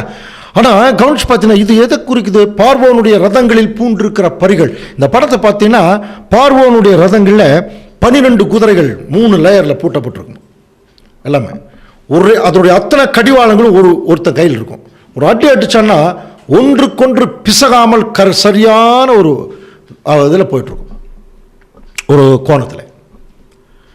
புரியுதுல? அப்புறம் ரெண்டாவது, இந்த குதிரைகள், எகிப்திய குதிரைகள் இருக்கிறத வச்சு ஸ்டாமினான்னு சொல்கிறோம் இல்லையா? சத்து ரொம்ப ஜாஸ்தி. அதனால் இன்னைக்கும் பாருங்க, ஹார்ஸ் பவர்னு தான் பேர் வச்சாங்க இல்லையா? எலிஃபண்ட்ஸ் பவர்னு வச்சாங்க. எலிஃபண்ட் எவ்வளோ பெருசு இருக்குது, ஆனால் அந்த பவர் சொல்கிறது இல்லை. ஹார்ஸ் பவர் ஏன் சொல்கிறாங்கன்னா, ஒரு குதிரை தொடர்ந்து 11 மணி நேரங்கள் ஓடும், 500 கிலோமீட்டர் கூட ஓடுமா தொடர்ச்சியாக. அதனால தான் தொடர்ந்து ஓடுற மோட்டர் இருக்கு பாருங்க, அதுக்கு என்ன பவர் பேர் வச்சுருக்காங்க? Horse power. அதனுடைய எனர்ஜி கண்டினியூஸாக இருந்துட்டு இருக்கும். அப்போ நீங்கள் குதிரைகள் எல்லாம் பார்த்தீங்கன்னா அது ஒரு பக்கமே நிற்காது, அப்படி ஆடிட்டே இருக்கும், அப்படியே ஒரு ஆடிட்டர், அது அப்படின்னு ஒரு பிரிஸ்காக இருந்துட்டு இருக்கும். அதே மாதிரி தாங்க திருச்சபையின் பிள்ளைகள். அப்படியே சோர்ந்து படுத்துக்கப்படாது. காய்ச்சல் தலைவலி வந்தால் படுத்துக்கலாம், ஒன்றும் தப்பு இல்லை. ஆனால் தேவனுடைய பிள்ளைகள் எப்பொழுதுமே பிரிஸ்காக இருந்துட்டு இருக்கணும். இந்த வேலை செய்யணும், அந்த வேலை செய்யணும், அந்த கடவுளுடைய வேலை. அப்படியே அந்த குதிரை எப்படி அப்படியே ஒரு சுறுசுறுப்பாக இருக்கு இல்லையா? அந்த மாதிரி அது எப்படி தொடர்ந்து ஓடுது பாருங்க, இந்த சக்தியை வெளிப்படுத்துது இல்லையா? அந்த மாதிரி இருக்குதான் தேவனுடைய திருச்சபை. கருப்பு கலரில். எகிப்திய குதிரைகள் எல்லாம் கருப்பு கலர் இருக்கும். இப்போ நம்மளே எந்த கலர் கூப்பிட்டு சொல்லிட்டார்? திருச்சபைக்கு தேவன் வச்சிருக்கிற கலர் என்ன? கருப்பு. இந்த கருப்பு ஒரு டெத் சிம்பிள் தெரியுங்களா? யாராவது இறந்து போயிட்டா அந்த ஒரு கருப்பு கலர் பேட்ச் குத்திருப்பாங்க இல்லையா? அது எதுக்கு? அது ஒரு டெத் சிம்பிள், அது ஒரு மரணத்தை குறிக்கிறது. அப்படின்னா நமக்கு இது சரிப்பட்டு வருமா இல்லையா? ஏன் நமக்கு கருப்பு? பாவத்துக்கு மரித்த நாம் அதில் எப்படி பிழைப்போம்? அப்போ கருப்புங்கிறது ஒரு டெத் சிம்பல்ங்கிற போது இயேசு கிறிஸ்துவுக்குள்ளாக ஞானஸ்தானம் பெற்ற நாம் அனைவரும் அவருடைய மரணத்துக்குள்ளான ஞானஸ்தானத்துக்குள்ளே வந்துட்டோம் இல்லையா? அப்போ தேவனுடைய பிள்ளைகள் தேவனுக்கென்று தங்களை மரித்த நிலைமை இருக்கு பாருங்களா, அதுதான் அந்த கருப்பு கலர். அது மட்டும் இல்லை அன்புக்குரிய சகோதர சகோதரர், கொலோசியர் 3:3 வாசிக்கலாம். ஏனென்றால் நீங்கள் மரித்தீர்கள், உங்கள் ஜீவன் கிறிஸ்துவுடனே தேவனுக்குள் மறைந்திருக்கிறது. நம்ம மரிச்சிட்டோம், கிறிஸ்துவுக்குள் தேவனுடனே அது மறைஞ்சிருக்குன்னு சொல்லிட்டார். அப்படின்னா உண்மையான திருச்சபையின் பிள்ளைகளை பார்த்து மறுபடியும் ரெஃபரன்ஸ் கொடுக்குறார் பாருங்க. உன்னத பாட்டு 1:5 என் பிரியமே ஆரம்பிச்சு தானே அது வருது. அது எப்படி சொல்றார்? எருசலேமின் குமாரத்திகளே, திருச்சபை பார்த்து, கேதாரின் கூடாரங்களைப் போலவும் சாலமோனின் திரைகளைப் போலவும் நான் கருப்பாயிருந்தாலும் அழகா இருக்கேங்கிறார் பாருங்க. நான் எருசலேமின் குமாரத்திகளே, கேதாரின் கூடாரத்தை போல. 2 விளக்கம் சொல்றார். கேதாரின் கூடாரம் இப்படித்தான் இருக்குமா? கருப்பா இருக்கும், ரொம்ப அழகா இருக்கும். அதே மாதிரி சாலமோனுடைய திரைகளும் கருப்பா இருக்கும், ரொம்ப அழகா இருக்கும். இதை கண்டுபிடிக்கணும். இதான் வேத வாக்கியங்களே. அந்த கேதாருங்கிறது வேற யாரும் இல்லை, இஸ்மாயிலுடைய சந்ததி. அவர்கள் எல்லாரும் வனாந்தரத்தில் குடியிருக்கும் போது பாருங்க, இந்த கருப்பு கலர் அந்த மேலே இது போட்டு தான் அவங்க குடியிருப்பாங்க. நம்ம ஆசரிப்பு கூடாரத்தில் கூட பார்க்குறோம் இல்லையா, அந்த மேல் பகுதி கூரையை ஒரு டால்ஃபினுடைய அந்த ஒரு தோலில் போட்டிருந்தாங்கன்னு படிக்கிறோம் இல்லையா, அதே மாதிரி கருப்பு கலர் தோலில் தான் மூடியிருப்பாங்களாம் அந்த ஒரு கேதாருடைய கூடாரம். அந்த படத்தை பார்த்தீங்கன்னாலே தெரியும். சூரியனுடைய வெளிச்சம் பட்டு ரிஃப்ளெக்ட் ஆகும்போது பளபளன்னு மின்னுமா கருப்பு கலர். அதுதான் சொல்றார், கேதாரின் கூடாரங்களைப் போல. அடுத்தது சாலமோனின் திரை. சாலமோன் தேவாலயம் கட்டினார் இல்லையா, அந்த மகா பரிசுத்த ஸ்தலத்துக்கும் பரிசுத்த ஸ்தலத்துக்கும் நடுவில் அந்த திரை இருக்கு இல்லையா, அந்த திரைச்சீலை கருப்பு கலர் இருக்குமா, ரொம்ப பளபளன்னு மின்னும், அழகா இருக்குங்கிறார். உங்களுக்கு நல்லா தெரியும், ஒரு பெரிய ஒரு ஆர்டிஸ்ட் கிட்ட போய் ஒரு சிறந்த ஆர்ட்டை நாங்கள் வடிவமைக்கணும் அப்படின்னு நீங்கள் சொன்னீங்கன்னா அவர் எந்த பேக்ரவுண்டு கொடுப்பார் தெரியுங்களா? நீங்கள் இனிமேல் கேட்டு பாருங்க. ஒரு பர்ஃபெக்டான ஒரு ஒரு ஒரு அருமையான ஒரு ஒரு உருவகம் வரணும் அப்படின்னா அதுக்கு பேக்ரவுண்ட் என்ன கொடுப்பாங்கன்னா கருப்பு தான் கொடுப்பாங்க. நம்ம கருப்புன்னு என்னமோ சாதாரணமாக நினச்சிட்டு இருக்கிறோம். இருக்கிறதுலேயே ரொம்ப ஒரு ரிஃப்ளெக்ஷன் இருக்கும் அதில். சினிமாக்கள் ஹீரோக்கள் எல்லாம் நிறைய பேர் அப்படி தான் கருப்பு கலர் தான் போட்டு திரிவாங்களாம். அன்புக்குரிய சகோதர சகோதரர்களே, எதுக்காக சொல்ல வரேன்னா, சாலமோனின் திரைகளைப் போலவும் கேதாரின் கூடாரங்களைப் போலவும் நான் கருப்பாக இருந்தாலும் அழகா. இது திருச்சபை சொல்லுது. அப்போ தேவனுடைய பார்வையில் அவருக்கென்று நம்மை மரித்த நிலைமை தான் அந்த கருப்பு கலர், டெத் சிம்பல். அது தேவனுக்கு ரொம்ப பிடிக்கும். அதனால தான் அழகா இருக்கேன். அப்போ திருச்சபை அழகா இருக்கிறதுனுடைய அர்த்தம் என்ன?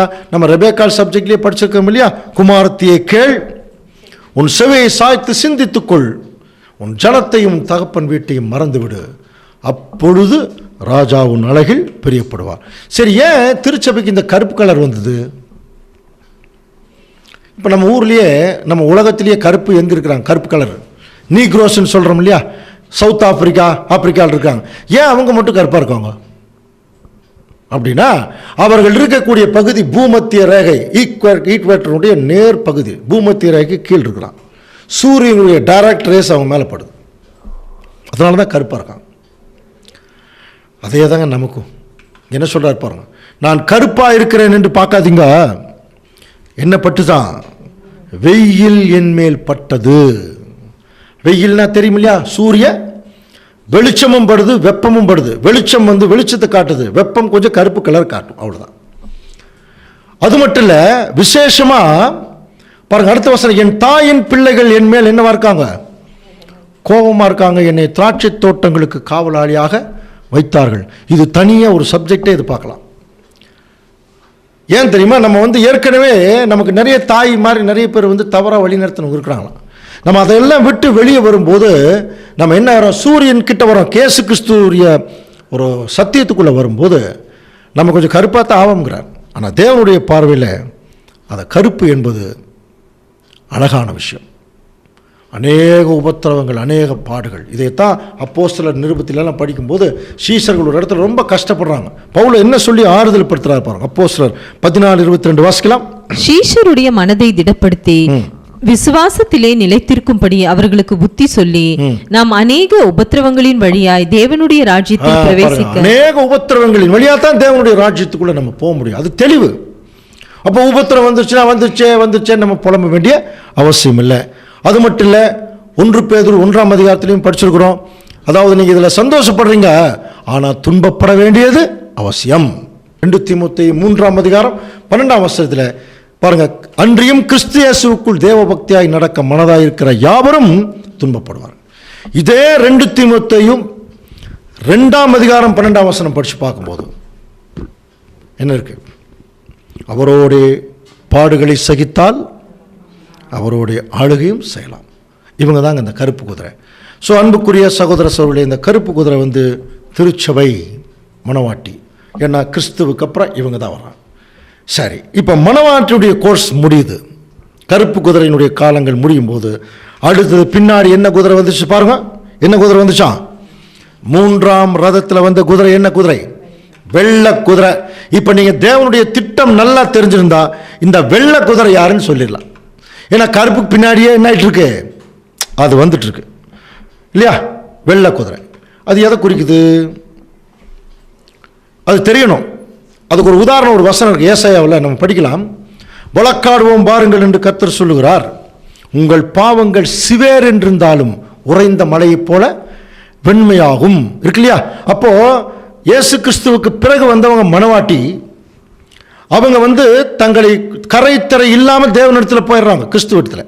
ஆனால் அடுத்தது இன்னொரு வெள்ளை குதிரை வருதான். இவங்க கரை திரையோடு தான் இருக்கிறாங்க, பாவத்தில் இருக்கிறாங்க. அப்ப இவங்கள் பாவங்கள் உறைந்த மலையை போல எப்ப வெண்மையாகும்? அது யார் அவங்க என்று சொல்லும்போது வெளிப்படுத்தின விசேஷம் நமக்கு தெரியும் இல்லையா? 7ஆம் அதிகாரத்தில் படிச்சுக்கிறோம். முதலாம் வசனமே கவனிச்சு பார்க்கும்போது 4 தூதர்கள் 4 காற்றுக்களை பிடிச்சிருக்காங்க. 4 தூதர்கள் காற்றை விட்டாங்கன்னா எல்லாத்தையும் அழிச்சிரும் உலகமே. அப்ப இன்னொரு தூதன் சொல்றார், 144,000 பேருடைய நெற்றிகளில் முத்திரை போட்டு தீருமளவும் 4 தூதரையும் அந்த காற்றை பிடிச்சுங்கன்னார். அப்புறம் ஒரு குறிப்பிட்ட காலமான 144,000 செலக்ட் ஆயிட்டாங்க. யோவான் அதையே பார்த்துட்டு இருக்கும்போது பாருங்க, வெளிப்படுத்தல் 7:9 வாசிக்கலாம். இவைகளுக்கு பின்பு நான் பார்த்தபோது இதோ சகல ஜாதிகளிலும் கோத்திரங்களிலும் ஜனங்களிலும் பாஷைக்காரரிலும் இருந்து வந்ததும் ஒருவனும் என்ன கூடாததுமான திரளான கூட்டமாகிய ஜனங்கள் வெள்ளை அங்கிகளை தரித்து படிச்சிருக்கோம் இல்லையா? ஒரு திரள் கூட்டம், ஒரு குரூப் நிற்கிறான். மணவாட்டி ஏற்கனவே எடுத்துக்கொள்ளப்பட்டாச்சு இல்லையா? கருப்பு குதிரை போயிடுச்சு. இப்ப திடீர்னு பார்த்தா ஒரு வெள்ளை அங்கிகள் தரித்து ஒரு வகுப்பார் நிற்கிறான். அப்போ ஒரு மூப்பர் கேட்குறாரு, இவங்க யாரு? வெள்ளை அங்கிகள் தரித்து இவங்க யாருன்னு சொல்லும்போது, அவர்கள் மிகுந்த உபத்திரவத்திலிருந்து வந்தவர்கள், இவர்கள் ஆட்டுக்குட்டியானுடைய இரத்தத்திலே தங்களுடைய வஸ்திரங்களை தோய்த்து வெளுத்தவர்கள். நல்லா புரியுதுங்களா? அப்போ தேவனுடைய திட்டத்தில் கவனிச்சு பார்க்கும்போது மணவாட்டி எடுத்துக்கொள்ளப்படும் போது திரள் கூட்டம் அந்த உபத்திரவத்தில் மாற்றாங்க. தேவன் கொஞ்சம் துவைச்சு தான் வெளியே எடுக்கிறாராம். அதனால தான் இவங்களுக்கு வெள்ளை குதிரைன்னு பேர். ஏன்னா இவங்க கலரே வெள்ளை. பாருங்க, வெள்ளை அங்கிகள் தரித்து இவங்க சிங்காசனத்தில் உட்கார முடியாது. இவங்க எங்க உட்கார்றாங்க பாருங்க. ஆனபடினாலே இவர்கள் தேவனுடைய சிங்காசனத்திற்கு முன்பாக இருந்து இரவும் பகலும் அவரை சேவிக்கிறார்கள். ஸோ மணவாட்டி சிங்காசனத்தில் போய் உட்காருது, திரள் கூட்டம் பின்னாடியே போய் அவங்களுக்கு சேவை செய்ய உட்காருது. அன்புக்குரிய சகோதர சகோதரர்களே, இதைத்தான் நம்ம ஏற்கனவே தெளிவாக படிச்சிருக்கிறோம் இல்லையா? வெளிப்படுத்தின விசேஷம், நாம் சந்தோஷப்பட்டு களி கூறுவோம், ஆட்டுக்குட்டியானுடைய கல்யாணம் வந்தது, அவருடைய மனைவி தன்னை ஆயத்தம் பண்ணினான், கருப்பு குதிரை ரெடி. அப்படியே பின்னாடியே அந்த வெள்ளை குதிரை போச்சுன்னு படிச்சோம் இல்லையா? ஸோ இதைத்தான் நம்ம எங்கே படிக்கிறோம்? சங்கீதம் 45:14 வாசிக்கலாம். சித்திர தையிலாடை தரித்தவளாய் ராஜாவின் இடத்தில் அழைத்து கொண்டு வரப்படுவாள். அவள் பின்னாலே செல்லும் அவளுடைய தோழிகளாகிய கன்னிகைகள் உம்மிடத்தில் கூட்டிக் கொண்டு வரப்படுவார்கள். அப்போ நம்ம நல்லா புரிஞ்சுக்கலாம். அப்போ முதல்ல திருச்சபை உள்ள போது, அதுக்கப்புறம் அந்த வெள்ளை அங்கிகள் தரித்து போற திரள் கூட்டம். ஸோ இப்போ நம்ம 3 குதிரைகளை பார்த்தாச்சு. முதல்ல வந்த குதிரை முற்பிதாக்கள், அடுத்தது வந்த குதிரை திருச்சபை, அடுத்து வந்த குதிரை திரள் கூட்டம். அப்போ முற்பிதாக்கள் பார்த்தீங்கன்னா ஆதாமிலிருந்து இயேசு கிறிஸ்து வரைக்கும் வந்துட்டாங்க. அப்புறம் இயேசு கிறிஸ்துவுக்கு அப்புறம் இன்றைக்கு வரைக்கும் பார்த்தீங்கன்னா திருச்சபையும் திரள் கூட்டத்தினுடைய அந்த ஒரு செலெக்ஷன் தான் நடந்துட்டுருக்கு.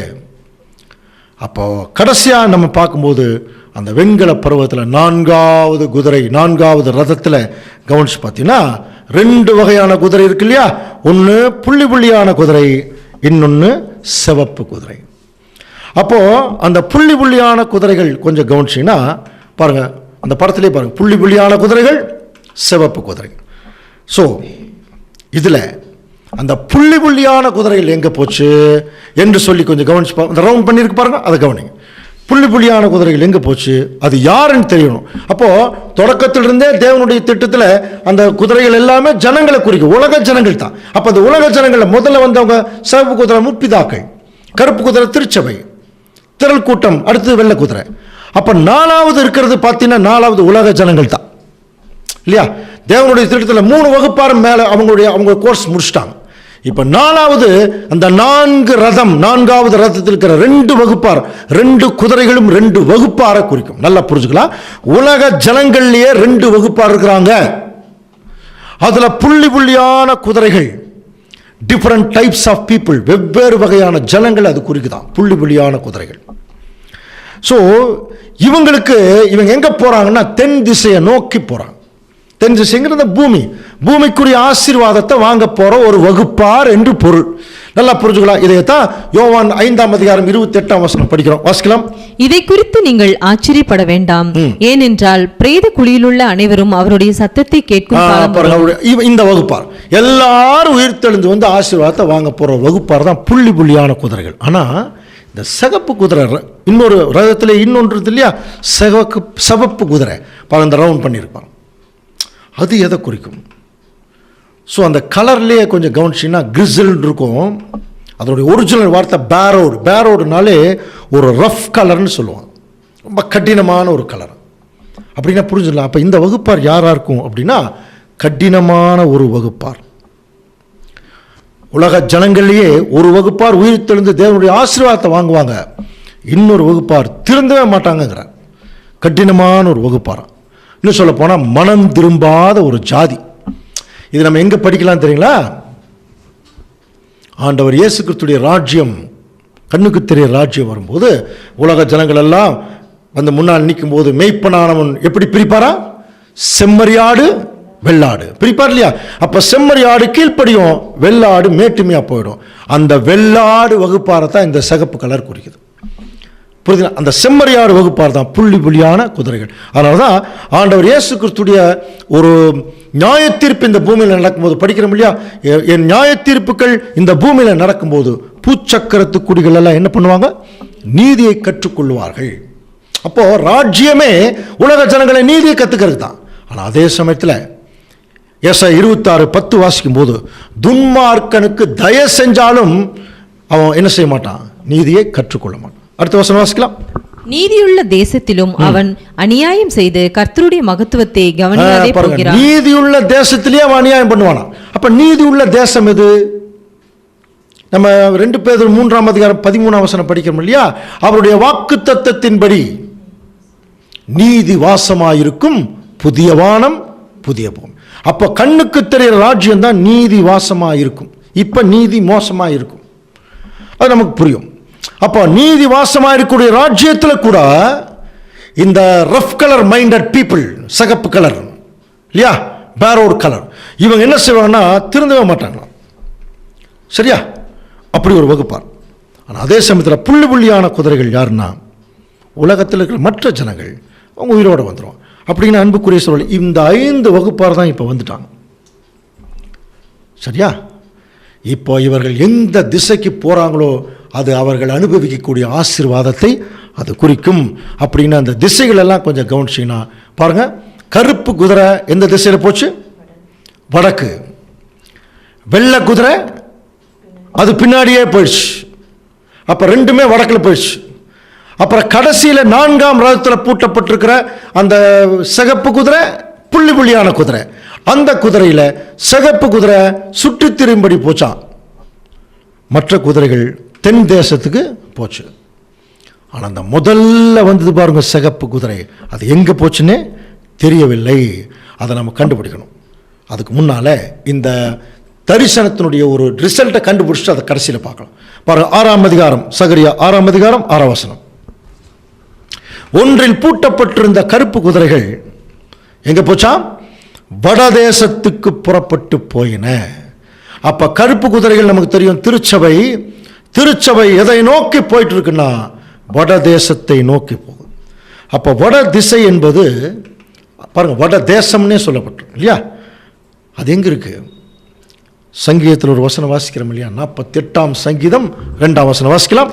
வட திசையில் உள்ள சியோன் பர்வதம் வடிப்பமான ஸ்தானமும் சர்வ பூமியின் மகிழ்ச்சியுமாய் இருக்கிறது. அதுவே மகாராஜாவின் நகரம். பிதாவாகிய தேவன் இருக்கிற இடம், the dwelling place of father. பிதாவாகிய தேவன் குடியிருக்கிற இடம் வட திசை. சாத்தான் கூட சொன்னார் இல்லையா, நான் வானத்துக்கு ஏறுவேன், வடபுறங்களில் ஆராதனைக்கு மேலாக இருப்பேன். ஸோ அந்த வட திசை என்பது பிதாவாகிய தேவன் இருக்கிற இடம். அப்போ கருப்பு குதிரை எங்கே போகுது? தேவனை நோக்கி போயிட்டு இருக்கு. கருப்பு குதிரை மட்டுமா போகுது இல்லையா? ஒன்றில் பூட்டப்பட்டிருந்த கருப்பு குதிரைகள் வடதேசத்துக்கு புறப்பட்டு போயின. வெண்மையான குதிரைகள் அவைகளின் பின்னாடியே போயின. அதுதான் மணவாட்டி பின்னாடியே எது போகுது? திரள் கூட்டம், தோழி வகுப்பினார். ஸோ இந்த 2 வகுப்பாருமே எங்கே போயிட்டாங்கன்னா வட திசையை நோக்கி போகிறான். அப்போ நமக்கு வெள்ளை குதிரைகள் திரள் கூட்டத்தை குறிக்குதுன்னு படித்தோம். சரி, அடுத்தது மறுபடியும் திரும்பவும் திசைகளை குறித்து நம்ம பார்க்கும்போது பாருங்க, அந்த சிவப்பு குதிரை என்ன கேட்டுச்சான்? நான் சுற்றி தெரியும்படி எனக்கு வாய்ப்பு கொடுங்கன்னு சொல்லி கேட்டுச்சான். சிவப்பு குதிரை அந்த கடைசியில் 4ஆம் ரகத்தில் இருந்த சிவப்பு குதிரை இருக்கு இல்லையா, அது சொல்லுதான் எங்களை சுற்றிட்டு திரியறதுக்கு வாய்ப்பு கொடுங்க. அது என்ன சுற்றிட்டு திரியுது? சுற்றிட்டு திரியுதுன்னா என்ன அர்த்தம்? இதுக்கு ஒரு விளக்கம் இருக்கு அன்புக்குரிய சகோதர சகோதரி. யோபு புஸ்தகத்தில் படிக்கிறோம் இல்லையா, தேவபுத்திரெல்லாம் நிற்கும் போது சைத்தான் வந்து நிற்கிறான். தேவன் கேட்கிறார், நீ எங்கிருந்து வர? அதுக்கு அவன் என்ன சொன்னான் பாருங்க, வாசிக்கலாம். பூமி எங்கும் உலாவி அதில் என்ன பண்ற? சுற்றி திரிகிற வருகிறேன். இதே வார்த்தையை பேதுரு எழுதுற பாருங்க, வாசிக்கலாம். 1 பேதுரு 5:8. தெளிந்த புத்தியுள்ளவர்களாய் இருங்கள், விழித்திருங்கள். ஏனெனில் உங்கள் எதிராளியாகிய பிசாசானவன் கர்ஜிக்கிற சிங்கம் போல் எவனை விழுங்கலாமோ என்று வகை தேடி என்ன பண்றானா? சுத்திட்டு திரிறான். அப்ப அந்த சுத்திட்டு திரிகிற புத்தி யாருது? சாத்தானோடது. அப்ப ராஜ்யத்துக்குள்ள வரும்போது சாத்தான் மைண்டட் பீப்புள், அதான் அந்த சிகப்பு கலர், அவனோட சுத்திட்டு போயிடுவாங்களா மரணத்துக்குள்ள. அதான் அந்த சிகப்பு கலர். நல்லா புரிஞ்சுக்கலாம். இவங்களுக்குன்னு சில கேரக்டர் பைபிள் இருக்கு அன்புக்குரிய சகோதர சகோதரர்களே. அதை கொஞ்சம் வாசிக்கலாம் பாருங்க. வெளிப்படுத்தல் 21:8. பயப்படுகிறவர்களும் அவ்விசுவாசிகளும் அருவருப்பானவர்களும் கொலை பாதகரும் விபச்சாரக்காரரும் சூனியக்காரரும் விக்கிரக ஆராதனைக்காரரும் பொய்யர் அனைவரும் 2ஆம் மரணமாகிய இந்த மாதிரி கேரக்டர் உள்ள வகுப்பார். இவங்களைத்தான் ஆண்டவர் இயேசு கிறிஸ்து ராஜாவா வரும்போது செம்மறியாடு வலது பக்கத்தில் போயிடுது ராஜ்யத்தை சுதந்திரிக்கிறதுக்கு. வெள்ளாடு ஜனங்களை பார்த்து என்ன சொல்றார்? அப்பொழுது இடது பக்கத்தில் நிற்பவர்களை பார்த்து, சபிக்கப்பட்டவர்களே, என்னை விட்டு பிசாசுக்காகவும் அவன் தூதர்களுக்காகவும் ஆயத்தம் பண்ணப்பட்டிருக்கிற நித்திய அக்கினியில போங்க. இவங்களை தான் நம்ம ஏசாயா தீர்க்கதரிசி எழுதுறார். துன்மார்க்கனுக்கு தயை செய்தாலும் அவன் உணர மாட்டான். அதான் அந்த சிகப்பு கலர். ஆனால் அதே சமயத்தில் புள்ளி புள்ளியான குதிரைகள் தென் தேசத்துக்கு புறப்பட்டு போயின. நமக்கு நல்லா தெரியும், வானம் எனக்கு சிங்காசனம், பிதாவாகிய தேவன் குடியிருக்கிற இடம். அப்போ தென் தேசம் எதை குறிக்குது? இந்த பூமி. அப்போது இந்த புள்ளி புள்ளியான குதிரைகள் எல்லாம் டிஃப்ரெண்ட் டைப்ஸ் ஆஃப் பீப்புள், உலக ஜனங்கள். அவங்க உயிர் தெழுந்து தேவனுடைய ராஜ்யத்துக்குள்ள, அவருடைய 1000 ஆண்டு அரசாட்சிக்குள்ள தேவனுடைய ஆசீர்வாதத்தை பெற்றுக்கொள்வார்கள். அதான் சொன்னார், வானம் எனக்கு சிங்காசனம், பூமி எனக்கு பாதப்படி. ஸோ அப்போ அந்த தெற்கு எதை குறிக்குது? இந்த பூமியை குறிக்குது. அதனால தான் பைபிள் வசனம் என்ன சொல்லுது? பூமியின் எல்லைகளிலெல்லாம் நினைவு கூர்ந்து கர்த்தரிடத்திலே திரும்பும், ஜாதிகளுடைய சந்ததிகள் எல்லாம் உம்முடைய சமூகத்திலே தொழுது கொள்ளும். அப்பொழுது அவர் என்ன செய்கிறார்? ராஜ்யம் கர்த்தருடையதாக இருக்கும், அவர் ஜாதிகளை அரசாளுவார். சரி, ரிசல்ட் முடிஞ்சது. இதில் 2 கேள்வி இருக்கு. ஒன்று, இந்த விஷனுடைய இந்த தரிசனத்துடைய முடிவு என்ன என்று சொல்லி பார்க்கும்போது, வடதேசத்துக்கு புறப்பட்டு போனவைகள்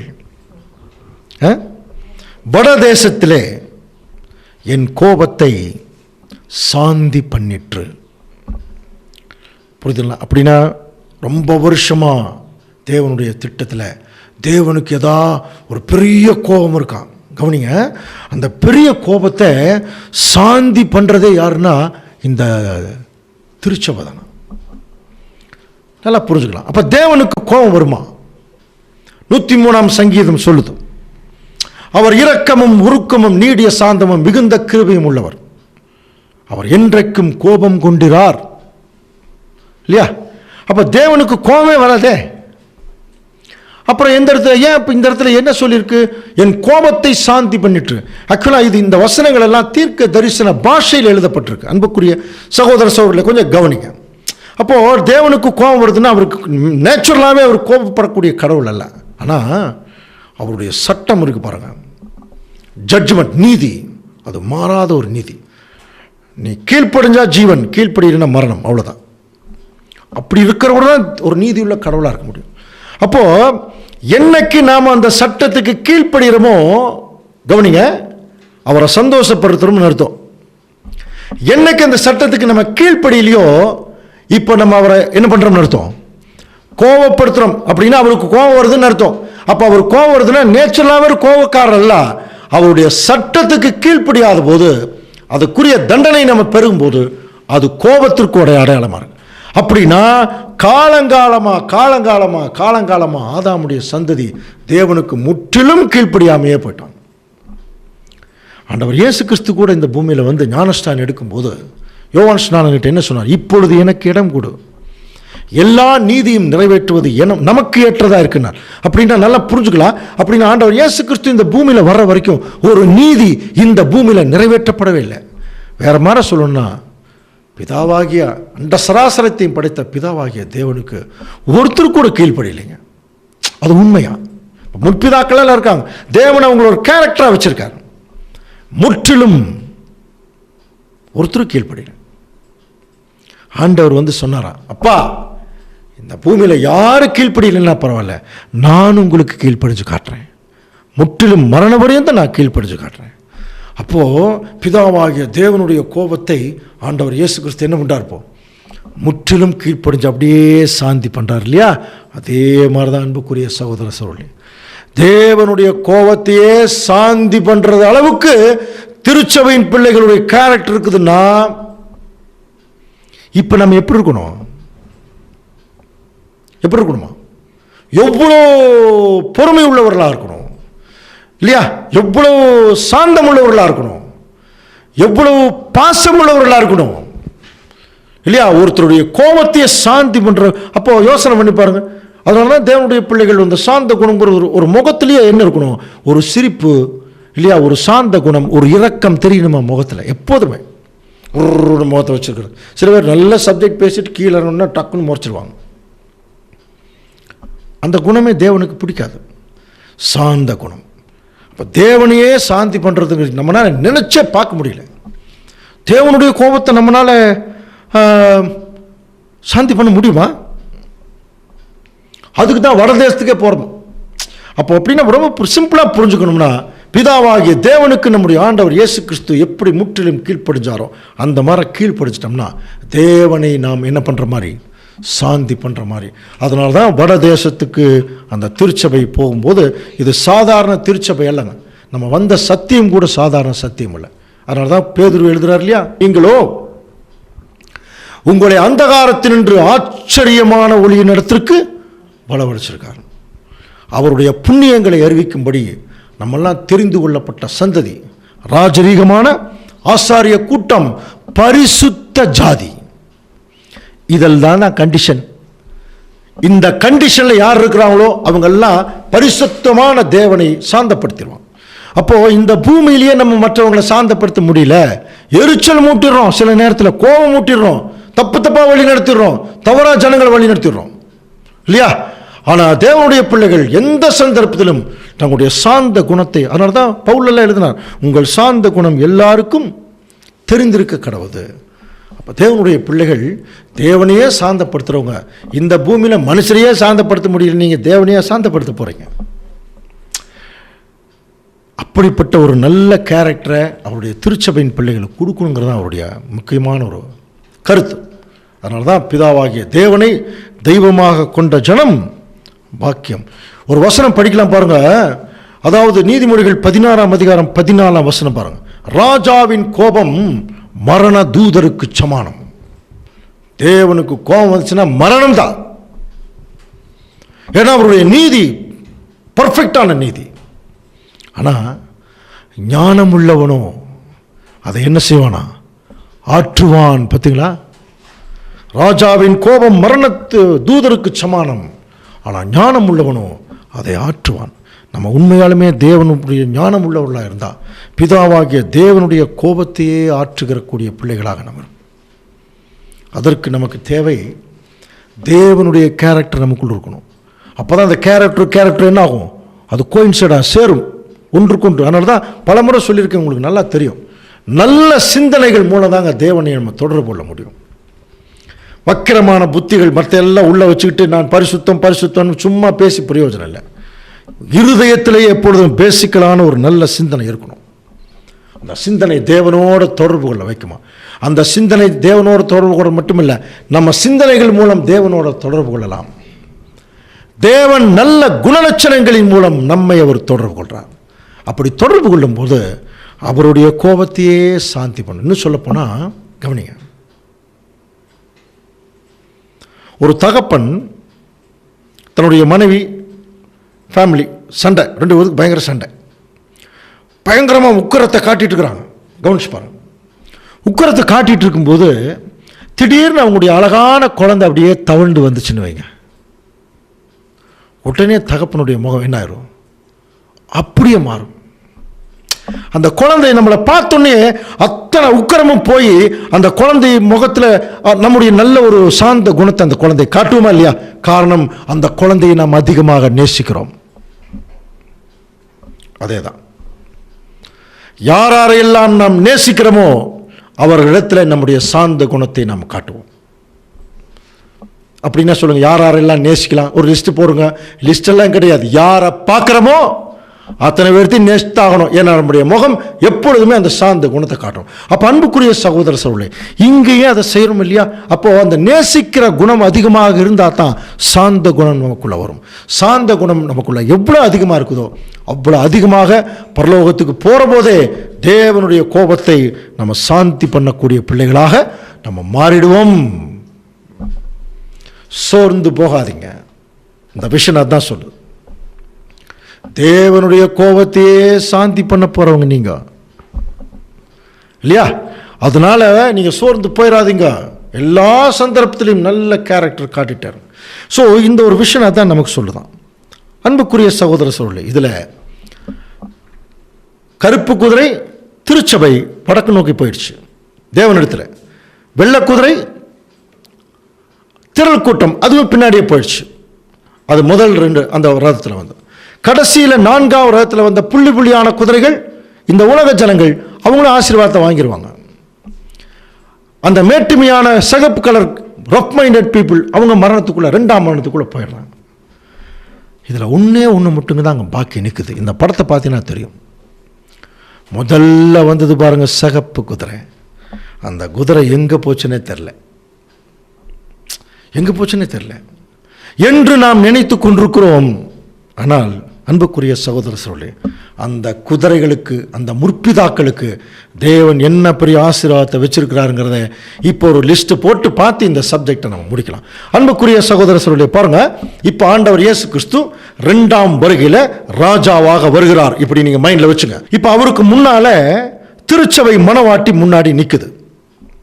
ராஜகுமாரத்தி பாருங்க, சங்கீதம் 45:13, ராஜகுமாரத்தி உள்ளாக பூர்ண மகிமை உள்ளவள், அவள் உடை எப்படி இருக்கு? பொற்சருகையா இருக்கு. அடுத்தது 14 வசனம் வாசிக்கலாம் பாருங்க. சித்திர தையலாடை தரித்தவளாய் ராஜாவின் இடத்தில் அழைத்து கொண்டு வரப்படுவாள். அவள் பின்னாலே செல்லும் அவளுடைய தோழிகைகளாகிய கன்னிகைகள் உம்மிடத்தில் கூட்டிக் கொண்டு வரப்படுவார்கள். பாருங்க, சித்திர தையலாடை தரித்தவளாய் ராஜாவிடத்தில் கொண்டு வரப்படுவாள். அவளுடைய தோழிகளாகிய கன்னிகைகள் உம்மிடத்திலே கூட்டிக் கொண்டு வரப்படுவார்கள். உம்மிடத்திலேங்கிறது இப்ப யார் இங்க பேசிட்டு இருக்கிறதுன்னு தெரியணும் இல்லையா? அன்புக்குரிய சகோதர சகோதரர்களே, சங்கீதம் 45. சங்கீதம்ங்கிறது யார் எழுதுனதுன்னு படிச்சிருக்கோம்?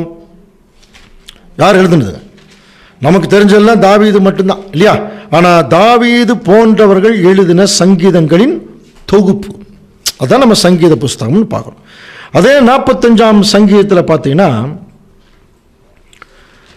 சோஷனீம் என்னும் வாத்தியத்திலே வாசிக்க கோராகின் புத்திரருள்ள ராகத்தலைவனுக்கு ஒப்புவிக்கப்பட்ட நேசப்பாட்டாகிய சங்கீதம்னு போட்டிருக்கோம். இந்த வசனங்கள் நீங்கள் படிச்சினா அதில் தான் ஆண்டவர் இயேசு கிறிஸ்து ராஜாவா வர்ற ஒரு விஷயத்தை பற்றி இப்போ நம்ம யாரை புரிஞ்சுக்கலாம்னா, தாவீது போன்றவர். தாவீது தான் எழுதுறான்னு வச்சுங்க. இப்போ தாவீது பேசிட்டு இருக்கார். என்ன பேசுறார்? சித்திர தைலாடை தரித்தவளாய் உங்ககிட்ட தான் கொண்டு வரப்படுவான். அப்போ இந்த சீன் யார் பார்க்கறதுன்னா தாவீது பார்க்கிறார். ராஜா இயேசு கிறிஸ்து வரார், இந்த பக்கம் ராணி அம்மா நிற்கிறாங்க, திருச்சபை. எப்படி? சித்திர தைலாடை தரித்தவளாய். அதுக்கு பின்னாடி பார்த்தீங்கன்னா திரள் கூட்டம். இப்போ தாவீது என்ன சொல்றார்? இந்த திருச்சபையின் திரள் கூட்டம் உம்மிடத்திலே கூட்டிக் கொண்டு வரப்படுவார்கள். இப்போ யாரை பார்த்து சொல்றது? தாவீது ஆண்டவர் இயேசு கிறிஸ்து ராஜாவாய் வந்திருக்கார், அவரை பார்த்து இப்ப சொல்றார். அப்படின்னா இப்ப அவர் யாருகிட்ட பேசிட்டு இருக்கிறாருங்கிறத இன்னும் கொஞ்சம் ஊர்ஜிதப்படுத்தலாம். சங்கீதம் 45:6 வாசிங்க. தேவனே, உமது சிங்காசனம் என்றென்றைக்கும் உள்ளது, உமது ராஜ்யத்தின் செங்கோல் நீதியுள்ள செங்கோலாய் இருக்கிறது. அடுத்தது இப்ப தேவனே, தேவனேன்னு யாரை பார்த்து சொல்றாருன்னா கிறிஸ்துவை பார்த்து. அவர் தான் ராஜாவா நிற்கிறார். தேவனே, உம்முடைய சிங்காசனம் பெரிய சிங்காசனம், நீர் நீதியை விரும்பி அக்கிரமத்தை வெறுத்திருக்கிறீர். ஆதலால் தேவனே, பாருங்க, உம்முடைய தேவன் உமது தோழரை பார்க்கிலும் உம்மை ஆனந்த தைலத்தினாலே அபிஷேகம் பண்ணார். இப்ப ஆண்டவர் இயேசு கிறிஸ்து ராஜாவா நிற்கிறார். கவனிங்க, இப்ப ராஜாவா நிற்கிறார். இங்க திருச்சபை சித்திர தையலாடை தரித்து நிக்குது, பின்னாடி திரள் கூட்டம் நிக்குது. இப்போ ஆண்டவர் இயேசு கிறிஸ்துவை பார்த்து தாவீது சொல்றார், தேவனே, உங்களுடைய சிங்காசனம் என்றென்றைக்கும் நிலைச்சிருக்கு. ஏன்னா நீங்க ராஜாவா வந்துட்டீங்க, உங்களுடைய சிங்காசனம் என்றைக்கும் நிலைச்சிருக்கும். இப்ப கூட நீங்க நீதியை விரும்பி அக்கிரமத்தை வெறுக்கிறீங்க. அதனாலதான் தேவனே, உம்முடைய தேவன் பிதாவாகிய தேவன் உம்மை ஆனந்த தைலத்தினாலே அபிஷேகம் பண்றார். இப்ப நல்லா புரிஞ்சுங்களா? இப்ப தாவீது இயேசு கிறிஸ்து ராஜாவை நோக்கி பேசிட்டு இருக்கார். ராஜாவானதுக்கு அப்புறம் இப்ப அடுத்த வசனம் பேசுறார் பாருங்க. சங்கீதம் 45:16. உமது பிதாக்களுக்கு பதிலாக உமது குமாரர் இருப்பார்கள். இப்ப யாரை பார்த்து சொல்றார்? ராஜாவை பார்த்து, கிறிஸ்துவை பார்த்து சொல்றாரு. கிறிஸ்து ராஜாவே, உமது பிதாக்களுக்கு பதிலாக இப்ப நீங்க ராஜாவாயிட்டீங்க, அவர்கள் குமார்களா இருப்பாங்க. அவர்களை பூமி எங்கும் பிரபுக்களாக வைப்பீர். அவர்களை பூமி எங்கும் பிரபுக்களாக வைப்பீர். இன்னும் புரியுற மாதிரி, ஏன்னா தமிழ் ஸ்லாங் கொஞ்சம் மாறி இருக்கு. கவனிங்க, என்ன சொல்றார் ஆண்டவர் இயேசு கிறிஸ்து பார்த்து? ஆண்டவரே, ராஜாவே, உமக்கு பிதாக்களா இருந்தவங்க எல்லாம் இப்ப நீங்க ராஜாவானதுனால உம்முடைய குமாரர் ஆயிட்டாங்க அவங்க. கவனிங்க, அப்ப ஆண்டவர் இயேசு கிறிஸ்து முதலாம் வருகையில் வந்தபோது கூட தாவீதின் குமாரனே, ஆபிரகாமின் சந்ததி பத்தி பேசினாங்க இல்லையா?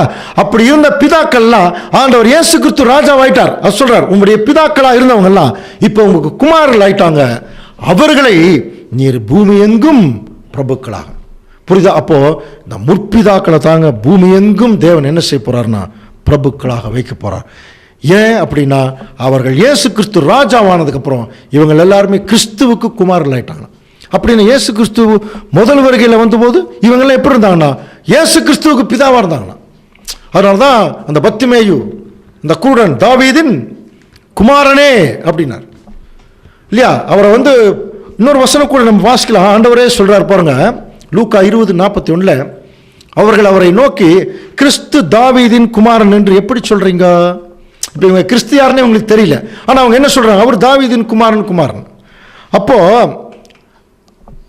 தாவீது சொன்ன வசனத்தை சொல்றார் பாருங்க, நான் உம்முடைய சத்துருக்களை உமக்கு பாதப்படியாக்கி போடும் வரைக்கும் நீர் என்னுடைய வலது பார்சத்தில் உட்கார் அப்படின்னு சொல்லி கர்த்தர் என் ஆண்டவுடனே சொன்னார் என்று தாவீது தானே சங்கீத புஸ்தகத்தில் சொல்றாரே. நீங்க சொல்ற தாவீதே ஆண்டவர் அவர் இயேசு கிறிஸ்துவை குறித்து எல்லா சத்துருக்களையும் பாதப்படியாக்கப்பட்டு என்னுடைய வலது பாசத்தில் உட்காருன்னு தாவீதே அங்க இயேசு கிறிஸ்துவை பார்த்து ஆண்டவனேன்னு சொல்லும் போது பாருங்க, தாவீது அவரை ஆண்டவன் என்று சொல்லி இருக்க, தாவீதே இயேசு கிறிஸ்துவ ஆண்டவன் சொல்லியிருக்கார். அப்படி சொல்லி இருக்க அவனுக்கு அவர் குமாரனா இருப்பது எப்படின்னு கேட்கிறார். புரியுதுங்களா? தாவீதே இயேசு கிறிஸ்துவ ஆண்டவன் சொன்னதுக்கு அப்புறம் அவர் குமாரன் ஏன் சொல்லிட்டு இருக்கிறீங்க அப்படின்னா நல்லா புரிஞ்சுக்கலாமா? அப்ப இயேசு கிறிஸ்து ராஜாவாய் வரும்போது தாவீது பிதாவாய் இருந்தவர், ஆபிரகாம் பிதாவாய் இருந்தவர், எல்லாரும் மோசே, நாங்கெல்லாம் மோசேனுடைய சீசர். அவங்க அத்தனை பேருமே ஆண்டவர் இயேசு கிறிஸ்து ராஜாவாகும் போது இந்த பூமியில் குமாரர்கள் ஆயிடுவாங்க. இந்த குமாரர்களை தாங்க உலகமெங்கும் ஆண்டவர் இயேசு கிறிஸ்து என்ன செய்ய போகிறார்னா மந்திரிகளாக வைக்க போகிறாராம். அப்படின்னா இந்த ஒரு டயக்ராம் கொஞ்சம் பாருங்கள். ஆண்டவர் இயேசு கிறிஸ்துடைய முதல் வருகையில் முற்பிதாக்களாக இருந்தவங்கெல்லாம் முற்பிதாக்களாக இருந்தாங்க இல்லையா, அதே முற்பிதாக்கள் ஆண்டவர் இயேசு கிறிஸ்து ரெண்டாம் வருகையில் வரும்போது ஆண்டவர் இயேசு கிறிஸ்துவுக்கு என்ன ஆகிடுவாங்கன்னா குமாரர்கள் ஆகிடுவாங்க. அப்படின்னா இந்த பூமி வானம் கிறிஸ்து வரும்போது ரெண்டு பர்ஃபெக்ட் கவர்மெண்ட் உதயமாக போகுது. இது பின்னாடி வர்ற சப்ஜெக்டில் இன்னும் தெளிவாக நம்ம பார்க்கலாம். பர்ஃபெக்டாக ரெண்டு கவர்மெண்ட். உம்முடைய சித்தம் பரமண்டலத்தில் செய்யப்படுவது போல பூமியிலேயும் செய்யப்படுவதா படிச்சிருக்கோம் இல்லையா. அதே ஒரு பெரிய ஒரு இன்னும் நம்ம பாஷையில் சொல்ல போனால் ஒரு சென்ட்ரல் கவர்மெண்ட் ஒரு ஸ்டேட் கவர்மெண்ட் அவருடைய ராஜ்யத்தில் உதயமாப்போம். அதில் கொஞ்சம் கவனிச்சின்னா பாருங்கள், சென்ட்ரல் கவர்மெண்ட்டில் ஃபஸ்ட்டு பெரிய போஸ்ட் இருக்கிற ஒரு பிரசிடென்ட், ஜனாதிபதி, ராஷ்டிரபதி, அவர்கிட்ட தான் ஃபுல் பவர். அவர் பிரைம் மினிஸ்டருக்கு எல்லா பவரையும் கொடுத்துருக்கார். அவர் என்ன செய்கிறார், தன்னுடைய கேபினெட் ராஜாங்க மந்திரிகள் ஒரு குரூப் வச்சிருக்கார் இல்லையா, மந்திரி சபை. அதுக்கப்புறம் அவங்களுக்கு கீழே வேலை செய்யக்கூடிய டைரக்டர்ஸ், இதாங்க சென்ட்ரல் கவர்மெண்ட். சரியா? அடுத்து ஸ்டேட் கவர்மெண்ட்டில் பார்த்தீங்கன்னா கவர்னர் இருப்பார், அதுக்கப்புறம் கீழே சீஃப் மினிஸ்டர், அதுக்கப்புறம் ஸ்டேட் மினிஸ்டர்ஸ் இருப்பாங்க. இப்போ இயேசு கிறிஸ்துடைய ராஜ்யம் இந்த பூமியில் வரும்போது பிதாவாகிய தேவன் தான் பிரசிடென்ட், எல்லாவற்றிற்கும் மேலானவர். அவர் ஆண்டவர் இயேசு கிறிஸ்து பிரைம் மினிஸ்டருக்கு தன்னுடைய எல்லா பவரையும் கொடுக்குறார். அவர் என்ன செய்கிறார்னா 144,000 கேபினட் மினிஸ்டர்கள் அவங்கள செலக்ட் பண்ணுறார். கருப்பு குதிரை. அடுத்தது பின்னாடி போகிற வெள்ளை குதிரை, திரள் கூட்டம். ஸோ இவங்க எல்லாம் எங்கே இருப்பாங்கன்னா பரலோகத்தில். பிதாவாகிய தேவன், ஆண்டவர் இயேசு கிறிஸ்து, 144,000 மந்திரிகள், திரள் கூட்டம் பரலோகத்தில். அப்போ பரலோகத்தில் இருந்துட்டு இந்த பூமியில் இருக்கிற ஜனங்களை உயிர் தெழுப்பும் போது இங்கே டைரக்டாக அவங்களுக்கு நன்மை செய்யறதுக்கு ஆள் வேணும் இல்லையா இல்லையா? அந்த ஆட்கள் தாங்க இந்த பூமியிலேயே மந்திரிகளாக இருக்க போகிற ஒரு வகுப்பார். அவங்க தான் யாருன்னு பார்த்தீங்கன்னா முற்பிதாக்கள். அதைத்தான் சொன்னார், உங்கள் பிதாக்களாக இருந்தவங்கெல்லாம் இந்த பூமியில் அவங்க என்ன ஆயிருவாங்க, உங்களுடைய குமாரர்களாக இருப்பாங்க. அவர்கள் எல்லாம் நீர் பூமி எங்கும் பிரபுக்களாக வைப்பீர். அப்போது திருச்சபை பரலோகத்தில் மந்திரிகளாக இருப்பாங்க. இன்னும் சொல்ல போனால் டெல்லியில், புரியுதுங்களா? அப்போ முற்பிதாக்கள் பூலோகத்தில் மந்திரிகளாக இருப்பாங்க. இன்னும் சொல்ல போனால் தமிழ்நாட்டில். அந்த மாதிரி நம்ம கவர்மெண்ட் மாதிரியே பர்ஃபெக்டாக தேவன் ஒரு கவர்மெண்ட்டை ஃபிக்ஸ் பண்ணுறார். இந்த டயக்ராமும் அதே தான் சொல்லும். பாருங்கள், கிறிஸ்துவும் சபையும் ஒன்றா சேருவாங்க. திரள் கூட்டம் அவர்களுக்கு பின்னாடி பரலோகத்தில் ஆட்சிக்கு சொல்லக்கூடிய நிலைமையில் இருப்பாங்க. அதே சமயத்தில் இந்த பூமியில் முற்பிதாக்களின் தலைமையில் தான் தேவன் ஒரு கவர்மெண்ட்டையே ஃபார்ம் பண்ண போகிறார். அன்புக்குரிய சகோதர சகோதரர்களே, இது தெளிவான ஒரு சத்தியம். இப்போ இந்த சத்தியத்தை தெரிந்து கொண்ட நமக்கு ஒரு கடைசியாக ஒரு எச்சரிப்பு என்ன கொடுக்குறாருன்னா, இந்த 5 குதிரைகளில் நீங்கள் 2வது வந்த குதிரை, ஆனால் முதல் போகிற குதிரை, வட தேசத்துக்கு போக போகிற குதிரைகள். அதனால் நீங்கள் உங்கள் வாழ்க்கையை பற்றி கொஞ்சம் ஜாக்கிரதையாக கவனிங்க. இதைத்தான் செப்பனியாவில் சொல்லி முடிக்கிறார். செப்பனியா 2ஆம் அதிகாரம் 1ஆம் வசனம் வாசிக்கலாம். விரும்பப்படாத ஜாதியே, கட்டளை பிறக்கும் முன்னும் பதரை போல நாள் பறந்து போகும் முன்னும் கர்த்தருடைய உக்கிர கோபம் உங்கள் மேல் இறங்கும் முன்னும் கர்த்தருடைய கோபத்தின் நாள் உங்கள் மேல் வரும் முன்னும் நீங்கள் உங்களை உய்த்து ஆராய்ந்து சோதியுங்கள். இப்ப நம்ம இருக்கக்கூடிய காலம் ஒரு பயங்கரமான ஒரு கோபத்தின் உக்கிரம் இந்த பூமியில் வரப்போகுது. அதனால நீங்கள் உங்கள் உய்த்து ஆராய்ந்து சோதியுங்கள். இப்பவே நீங்க என்ன அழைப்புக்குள்ள வந்திருக்கீங்கன்னு பார்த்துங்க. அதை தெரிஞ்சுக்கிறதுக்கு தான் இவ்வளோ பெரிய தீர்க்க தரிசனம் உங்களுக்கு சொல்லியிருக்கேன். தேவன் சொல்கிறார், பெரிய ஒரு தீர்க்க தரிசனத்தை மிக சுருக்கமாக பார்த்துருக்கோம். அதனால் அன்புக்குரிய சகோதர சகோதரர்களே, தேசத்தில் எல்லா சிறுமையானவர்களே நம்மளை பார்த்து சொல்றார், சிறு மந்தை வடக்கு தோக்கி போது பாருங்க, கருப்பு குதிரை. அந்த கருப்பு குதிரைக்கு மாத்திரம் சொல்லப்பட்ட வசனம் அது. தேசத்திலே சிறுமையானவர்களே, கர்த்தருடைய நியாயத்தை நடப்பிக்கிறவர்களே, முதல்ல அவரை தேடுங்கள், நீதியை தேடுங்கள், மனத்தாழ்மையை தேடுங்கள். அதான் சாந்தி பண்ணுறது.